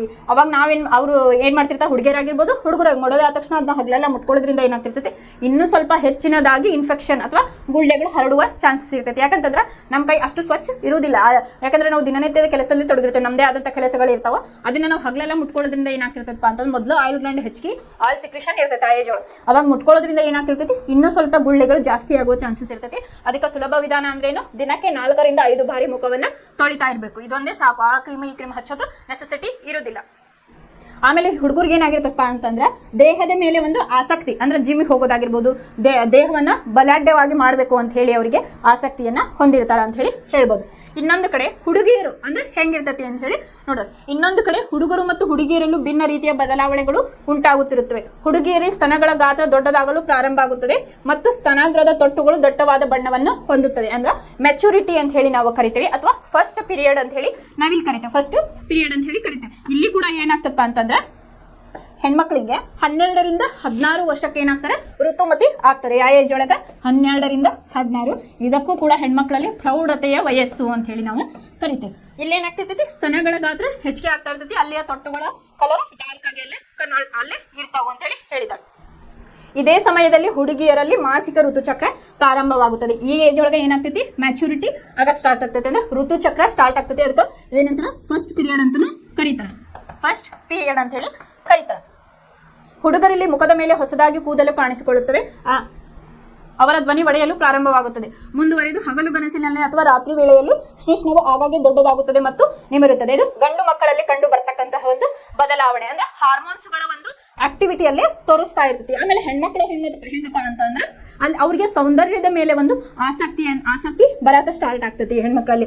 ಅಂದ್ರೆ ದೇಹದಲ್ಲಿ ಬದಲಾವಣೆಗಳು ಅಲ್ಲೇ ಕಾಣ್ಬೋದು. ಹೆಣ್ಮಕ್ಳಲ್ಲಿ ಕೂಡ ಮುಖದಲ್ಲಿ ಮೊಡವೆಗಳು ಆಗ್ತಾವು, ಆಮೇಲೆ ಸ್ತನಗಳಲ್ಲಿ ಬದಲಾವಣೆ ಆಗ್ತಾವು, ಸೌಂದರ್ಯದ ಮೇಲೆ ಹೆಚ್ಚು ಆಸಕ್ತಿಯನ್ನ ಹೊಂದಿರ್ತಾರೆ. ಆಮೇಲೆ ದೇಹದ ಸೌಂದರ್ಯದ ಮೇಲೆ ಅವರು ಹೆಚ್ಚು ಆಸಕ್ತಿಯನ್ನ ಹೊಂದಿರ್ತಾರೆ. ಇದ್ರ ಬಗ್ಗೆ ನೀವು ಸೈಕಾಲಜಿ ಒಳಗೆ ಹೋದ್ರೆ 1 ರಿಂದ 0 to 5 months ಬೇಬಿ ಹೆಂಗಿರ್ತಾವು, ಆಮೇಲೆ ಅಥವಾ 0 to 1 year ಬೇಬಿ ಗುಣಲಕ್ಷಣಗಳು ಹೆಂಗಿರ್ತಾವ, ಆಮೇಲೆ 5 years ತನ 10 years ತನ ಈ ರೀತಿಯಾಗಿ ಎಕ್ಸ್ಪ್ಲೇನ್ ಮಾಡಿರ್ತಾರೆ. ಅಂದ್ರೆ ಸೈಕಾಲಜಿ ಪ್ರಕಾರ ಹೆಣ್ಮಕ್ಳಲ್ಲಿ ಯಾವ ರೀತಿಯ ಗುಣಗಳು ಇರ್ತಾವೆ ಇಲ್ಲಿಂದ 21 years ವರೆಗೂ ಅದನ್ನ ತುಂಬಾ ಚೆನ್ನಾಗಿ ಎಕ್ಸ್ಪ್ಲೇನ್ ಮಾಡಿದ್ದಾರೆ.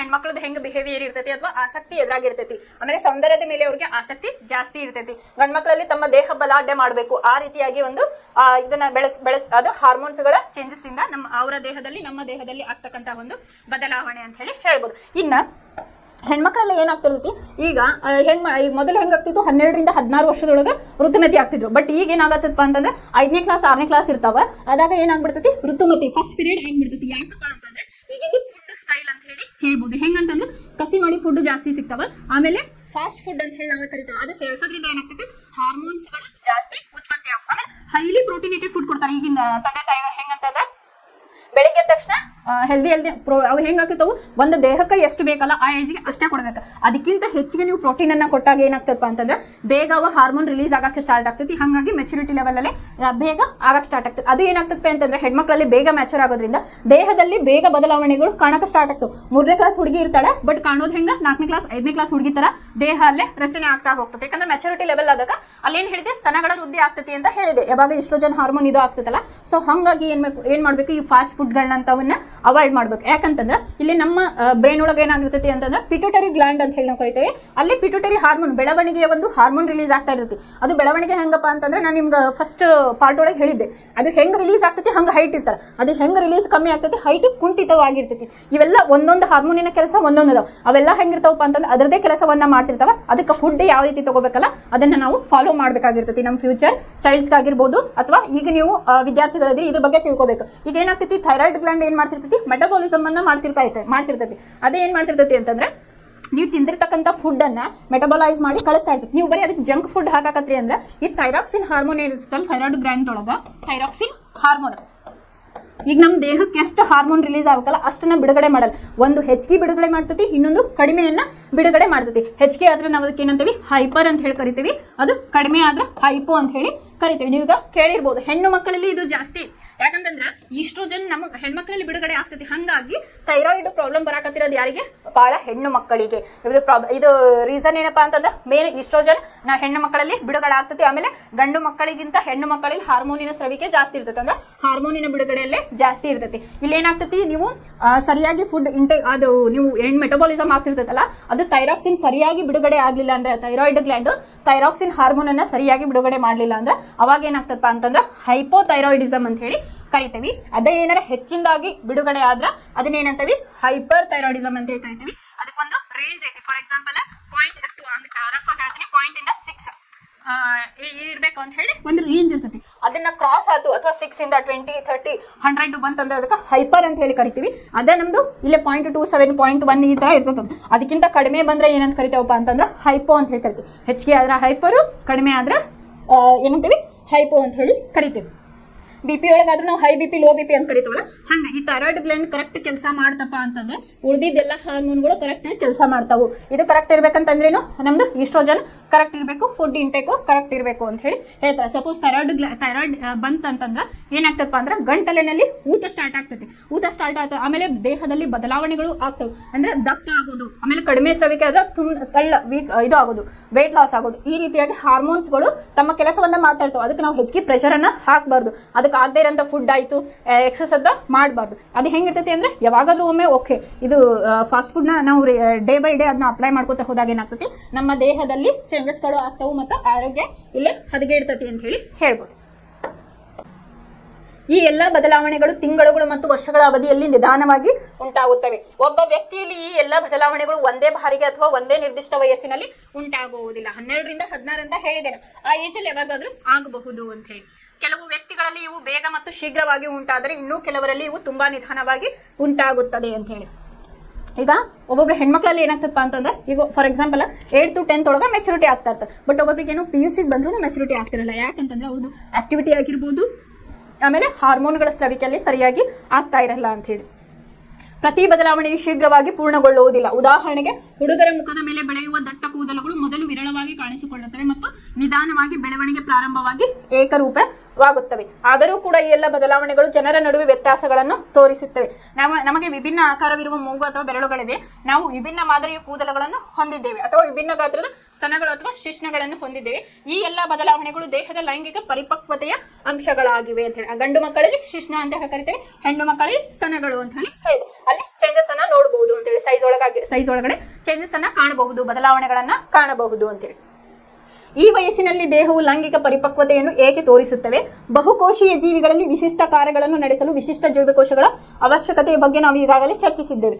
ಲೈಂಗಿಕ ಸಂತಾನೋತ್ಪತ್ತಿಯಲ್ಲಿ ಭಾಗವಹಿಸಲು ಲಿಂಗಾಣುಗಳು ಉತ್ಪಾದಿಸುವುದು ಒಂದು ವಿಶಿಷ್ಟ ಕಾರ್ಯವಾಗಿದೆ. ಅಂದ್ರೆ ಲೈಂಗಿಕ ಸಂತಾನೋತ್ಪತ್ತಿ ಭಾಗವಹಿಸಲು ಲಿಂಗಾಣುಗಳು ಉತ್ಪಾದಿಸುವುದು ಒಂದು ಮುಖ್ಯವಾದ ಕೆಲಸ ಅಂತ ಹೇಳಿ ಹೇಳಿದರು. ಮನುಷ್ಯರಲ್ಲಿ ಕೂಡ ಈ ಉದ್ದೇಶಕ್ಕಾಗಿ ವಿಶೇಷ ಅಂಗಾಂಶಗಳು ಬೆಳೆಯುತ್ತವೆ. ಆದಾಗ್ಯೂ ಒಂದು ಮಾನವ ಜೀವಿಯ ದೇಹವು ಅದರ ವಯಸ್ಕ ಗಾತ್ರಕ್ಕೆ ಬೆಳೆಯುತ್ತಿರುವಂತೆಯೇ ದೇಹದ ಸಂಪನ್ಮೂಲಗಳು ಮುಖ್ಯವಾಗಿ ಬೆಳವಣಿಗೆಯನ್ನು ಸಾಧಿಸುವ ಕಡೆ ನಿರ್ದೇಶಿತವಾಗಿರುತ್ತವೆ.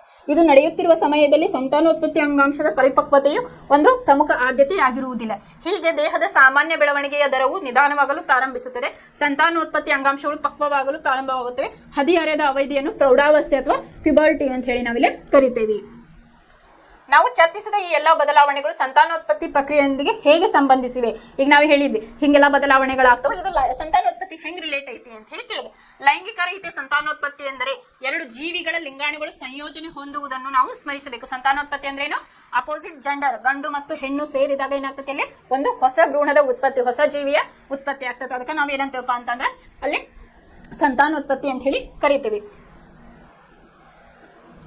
ಹೂ ಬಿಡುವ ಸಸ್ಯಗಳಲ್ಲಾಗುವಂತೆ ಜೀವಿಗಳ ದೇಹದಿಂದ ಲಿಂಗಾಣುಗಳು ಹೊರಗೆ ಬಿಡುವುದರಿಂದ ಅದು ಉಂಟಾಗುತ್ತದೆ. ಅಥವಾ ಅನೇಕ ಪ್ರಾಣಿಗಳಲ್ಲಾಗುವಂತೆ 2 ಜೀವಿಗಳು ಸಮ್ಮಿಲನಕ್ಕಾಗಿ ಲಿಂಗಾಣುಗಳು ಅಂತರ್ವರ್ಗಾವಣೆ ಮಾಡಲು ತಮ್ಮ ದೇಹವನ್ನು ಬೆಳೆಸಿಕೊಳ್ಳುವುದರಿಂದ ಇದು ಉಂಟಾಗುತ್ತದೆ. ಈಗ ನಾಯಿ ಆಗಿರ್ಬೋದು ಅಥವಾ ಇತರೆ ಪ್ರಾಣಿಗಳು ಒಂದು ಲೈಂಗಿಕ ಸಂಪರ್ಕದಿಂದ ಅವು ಅದರ ಒಂದು ಪೀಳಿಗೆಗೆ ಒಂದು ಜನ್ಮವನ್ನ ಕೊಡ್ತಾವು ಅಂತ ಹೇಳಿ ಹೇಳಿದೆ. ಮಿಲನದ ಈ ಪ್ರಕ್ರಿಯೆ ಪ್ರಕ್ರಿಯೆಯಲ್ಲಿ ಪ್ರಾಣಿಗಳು ಭಾಗವಹಿಸಬೇಕಾದ್ರೆ ಅವುಗಳ ಲೈಂಗಿಕ ಪರಿಪಕ್ವತೆ ಸ್ಥಿತಿ ಇತರ ಪ್ರಾಣಿಗಳಿಂದ ಗುರುತಿಸುವಂತಿರಬೇಕು. ಪ್ರೌಢಾವಸ್ಥೆಯಲ್ಲೂ ಕೂದಲು ಬೆಳೆಯುವ ಮಾದರಿಗಳಂತಹ ಅನೇಕ ಬದಲಾವಣೆಗಳು ಲೈಂಗಿಕ ಪಕ್ವತೆ ನಡೆಯುತ್ತಿರುವ ಗುರುತುಗಳಾಗ. ಹೆಂಗ್ ಗೊತ್ತಾಗಬೇಕು? ಇಲ್ಲೇ ಪ್ರೌಢಾವಸ್ಥೆಗೆ ಬಂದರೆ ಅನ್ನೋದಕ್ಕೇನು ಅವೇ ನಾ ಏನು ಕ್ಯಾರೆಕ್ಟರಿಸ್ಟಿಕ್ ಹೇಳಿದ್ನಲ್ಲ ಅವು ಅಂತ ಹೇಳಿ ಹೇಳ್ಬೋದು. ಇಬ್ಬರು ವ್ಯಕ್ತಿಗಳ ನಡುವೆ ಲಿಂಗಾಣುಗಳ ನಿರ್ದಿಷ್ಟ ವರ್ಗಾವಣೆಗೆ ನಿಮಿರುವಿಕೆಯು ಒಂದು ಸಾಮರ್ಥ್ಯವಿರುವ ವಿಶೇಷಣದಂತಹ ವಿಶೇಷ ಅಂಗಗಳು ಲೈಂಗಿಕ ಕ್ರಿಯೆ ನಡೆಸಲು ಅಗತ್ಯವಿದೆ. ಮನುಷ್ಯರಂತಹ ಸ್ತನಿಗಳಲ್ಲಿ ಆಗುವ ಮಗುವು ದೀರ್ಘಕಾಲದವರೆಗೆ ತಾಯಿಯ ದೇಹದೊಳಗೆ ಇದ್ದು ಜನನದ ನಂತರ ಸ್ತನಪಾನ ಮಾಡಿಸಲಾಗುತ್ತದೆ. ಈ ಸಂಭಾವ್ಯತೆಗಳನ್ನು ಸರಿಹೊಂದಿಸಲು ಹೆಣ್ಣು ಸಂತಾನೋತ್ಪತ್ತಿ ಅಂಗಗಳು ಸ್ತನಗಳು ಪಕ್ವವಾಗುವ ಅಗತ್ಯವಿದೆ. ಲೈಂಗಿಕ ಸಂತಾನೋತ್ಪತ್ತಿ ಪ್ರಕ್ರಿಯೆ ಒಳಗೊಂಡ ವ್ಯವಸ್ಥೆಗಳನ್ನ ನಾವೀಗ ನೋಡೋಣ ಅಂತ ಹೇಳಿ ಹೇಳಿದ್ದಾರೆ. ಇಲ್ಲೇನಾಗಿರ್ತೈತಿ, ಒಂದು ಮಗು ಬೆಳಿಬೇಕಂತಂದ್ರೆ ಹೊಟ್ಟೆಯಲ್ಲಿ ಬೆಳೀತಾ ಇರ್ತೈತಿ. ಇಲ್ಲೇ ಲೈಂಗಿಕ ಕ್ರಿಯೆ ನಡೆಸಲು ಅಗತ್ಯವಿದೆ. ಮನುಷ್ಯರಂತಹ ಸ್ತನಿಗಳಲ್ಲಿ ಮಗುವು ದೀರ್ಘಕಾಲದವರೆಗೆ ತಾಯಿ ಹೆದ್ದೆಯದೊಳಗೆ ಇದ್ದು ಜನನದ ನಂತರ ಏನು ಸ್ತನ್ಯಪಾನ ಅಂದ್ರೆ ಹಾಲು ಕುಡಿಯೋದು, ಸ್ತನ್ಯಪಾನ ಅಂದ್ರೆ ಸ್ತನ್ಯ ಅಂದ್ರೆ ಎದೆ ಹಾಲು ಮಾಡಿಸಲಾಗುತ್ತದೆ. ಈ ಸಂಭಾವ್ಯತೆಗಳನ್ನು ಸರಿ ಹೊಂದಿಸಲು ಹೆಣ್ಣು ಸಂತಾನೋತ್ಪತ್ತಿ ಇದೆಲ್ಲ ಆಗ್ಬೇಕಂದ್ರೆ ಏನಪ್ಪಾ, ಹೆಣ್ಣು ಸಂತಾನೋತ್ಪತ್ತಿ ಅಂಗಗಳು ಏನಾಗಬೇಕು, ಪಕ್ವವಾಗಿರಬೇಕು, ಆರೋಗ್ಯವಾಗಿರಬೇಕು ಅಂತ ಹೇಳಿ ಹೇಳಿದಾರೆ. ಗಂಡಿನಲ್ಲಾಗಿರ್ಬೋದು ಹೆಣ್ಣಿನಲ್ಲಾಗಿರ್ಬೋದು ಆರೋಗ್ಯವಂತ ಇಲ್ಲ ಲಿಂಗಾಣುಗಳು ಇರಬೇಕು, ವೀರ್ಯಾಣು ಆಗಿರ್ಬೋದು ಮತ್ತೆ ಅಂಡಾಣು ಹೆಲ್ದಿ ಇರಬೇಕು ಅಂತ ಹೇಳಿ ಹೇಳ್ತಾರೆ. ಅದೇ ರೀತಿ ಹೆಂಗಿರ್ಬೇಕಂತಂದ್ರೆ ಹಾರ್ಮೋನ್ಸ್ಗಳು ಕೂಡ ನಾರ್ಮಲ್ ಇದ್ದಾಗ ಮಾತ್ರ ಈ ಕೆಲಸ ನಡೀತೈತಿ ಅಂತ ಹೇಳಿ ಹೇಳಿದ್ದಾರೆ. ಇನ್ನು ನೆಕ್ಸ್ಟ್ ಗಂಡು ಸಂತಾನೋತ್ಪತ್ತಿ ವ್ಯೂಹ ಅಂತೇಳಿ ನೋಡೋಣ.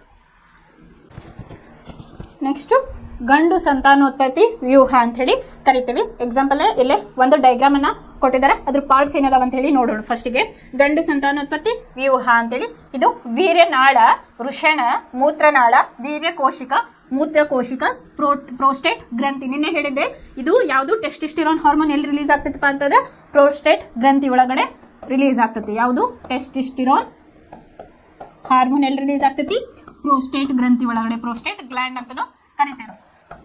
ಪ್ರೋಸ್ಟೇಟ್ ಗ್ಲ್ಯಾಂಡ್ ಒಳಗಡೆದು ಅಲ್ಲಿ ರಿಲೀಸ್ ಆಗ್ತತಿ ಅಂತ ಹೇಳಿ ಇದು ಶಿಶ್ನ ಮೂತ್ರ ವಿಸರ್ಜನಾಳ ಅಂತ ಹೇಳಿ ನಾವು ಕರಿತೇವೆ. ಇಲ್ಲಿ ಗಂಡು ಲಿಂಗಾಣು ಅಥವಾ ವೀರ್ಯಾಣುಗಳು ವೃಷಣಗಳಲ್ಲಿ ಉತ್ಪತ್ತಿ ಆಗ್ತವೆ ಅಂದ್ರೆ ಸ್ಪರ್ಮ್ಸ್ ಅಂತ ಹೇಳಿ ಇಂಗ್ಲಿಷ್ ಒಳಗೆ ಏನಂತೀವಿ, ಅದಕ್ಕೆ ಸ್ಪರ್ಮ್ಸ್ ಅಂತ ಹೇಳಿ ನಾವು ಕರಿತೇವೆ. ಕನ್ನಡದಾಗ ವೀರ್ಯಾಣು ಅಂತ ಹೇಳಿ ಕರಿತೇವೆ. ಇವು ಎಲ್ಲಿ ಉತ್ಪತ್ತಿ ಆಗ್ತವು, ವೃಷಣಗಳಲ್ಲಿ. ವೃಷಣ ಎಲ್ಲೈತಿ, ಇಲ್ಲೇ ವೃಷಣ. ಗಂಡು ಲಿಂಗಾಣುಗಳು ಅಥವಾ ವೀರಾಣುಗಳು ಎಲ್ಲೇ ಉತ್ಪತ್ತಿ ಆಗ್ತವು, ಇಲ್ಲೇ ವೃಷಣದಲ್ಲಿ ಉತ್ಪತ್ತಿ ಆಗುತ್ತವೆ. ಇವು ಕಿಬ್ಬೊಟ್ಟೆಯ ಹೊರಗೆ ವೃಷಣ ಚೀಲಗಳಿರುತ್ತವೆ. ಅಂದ್ರೆ ಕಿಬ್ಬೊಟ್ಟೆಯ ಕೆಳಭಾಗದಲ್ಲಿ ಏನಾಗಿರ್ತವಪ್ಪ ಅಂತಂದ್ರೆ ವೃಷಣ ಚೀಲಗಳು ಇರುತ್ತವೆ. ಏಕೆಂದರೆ ವೀರ್ಯಾಣುಗಳ ಉತ್ಪಾದನೆಗೆ ದೇಹದ ಉಷ್ಣತೆಗಿಂತ ಕಡಿಮೆ ಉಷ್ಣತೆಯ ಅವಶ್ಯಕತೆ ಇದೆ. ನಾನು ಇನ್ನು ಅದನ್ನ ಹೇಳಿದೆ, ಕೂದಲುಗಳ ಇಂಪಾರ್ಟೆನ್ಸ್ ಏನು ಅಂತ ಹೇಳಿ ಇಲ್ಲ ಹೇಳಿದೆ. ದೇಹದ ಉಷ್ಣತೆಗಿಂತ ಸ್ಪರ್ಮ್ ರಿಲೀಸ್ ಆಗ್ಬೇಕಂತಂದ್ರೆ, ಸ್ಪರ್ಮ್ ಕೌಂಟ್ ಕರೆಕ್ಟ್ ಇರ್ಬೇಕಂತಂದ್ರೆ ದೇಹದ ಉಷ್ಣತೆಗಿಂತ ಅಲ್ಲೇ ಕಡಿಮೆ ಇರಬೇಕು ಅಂತ ಹೇಳಿ ಮಾಡಿದೆ.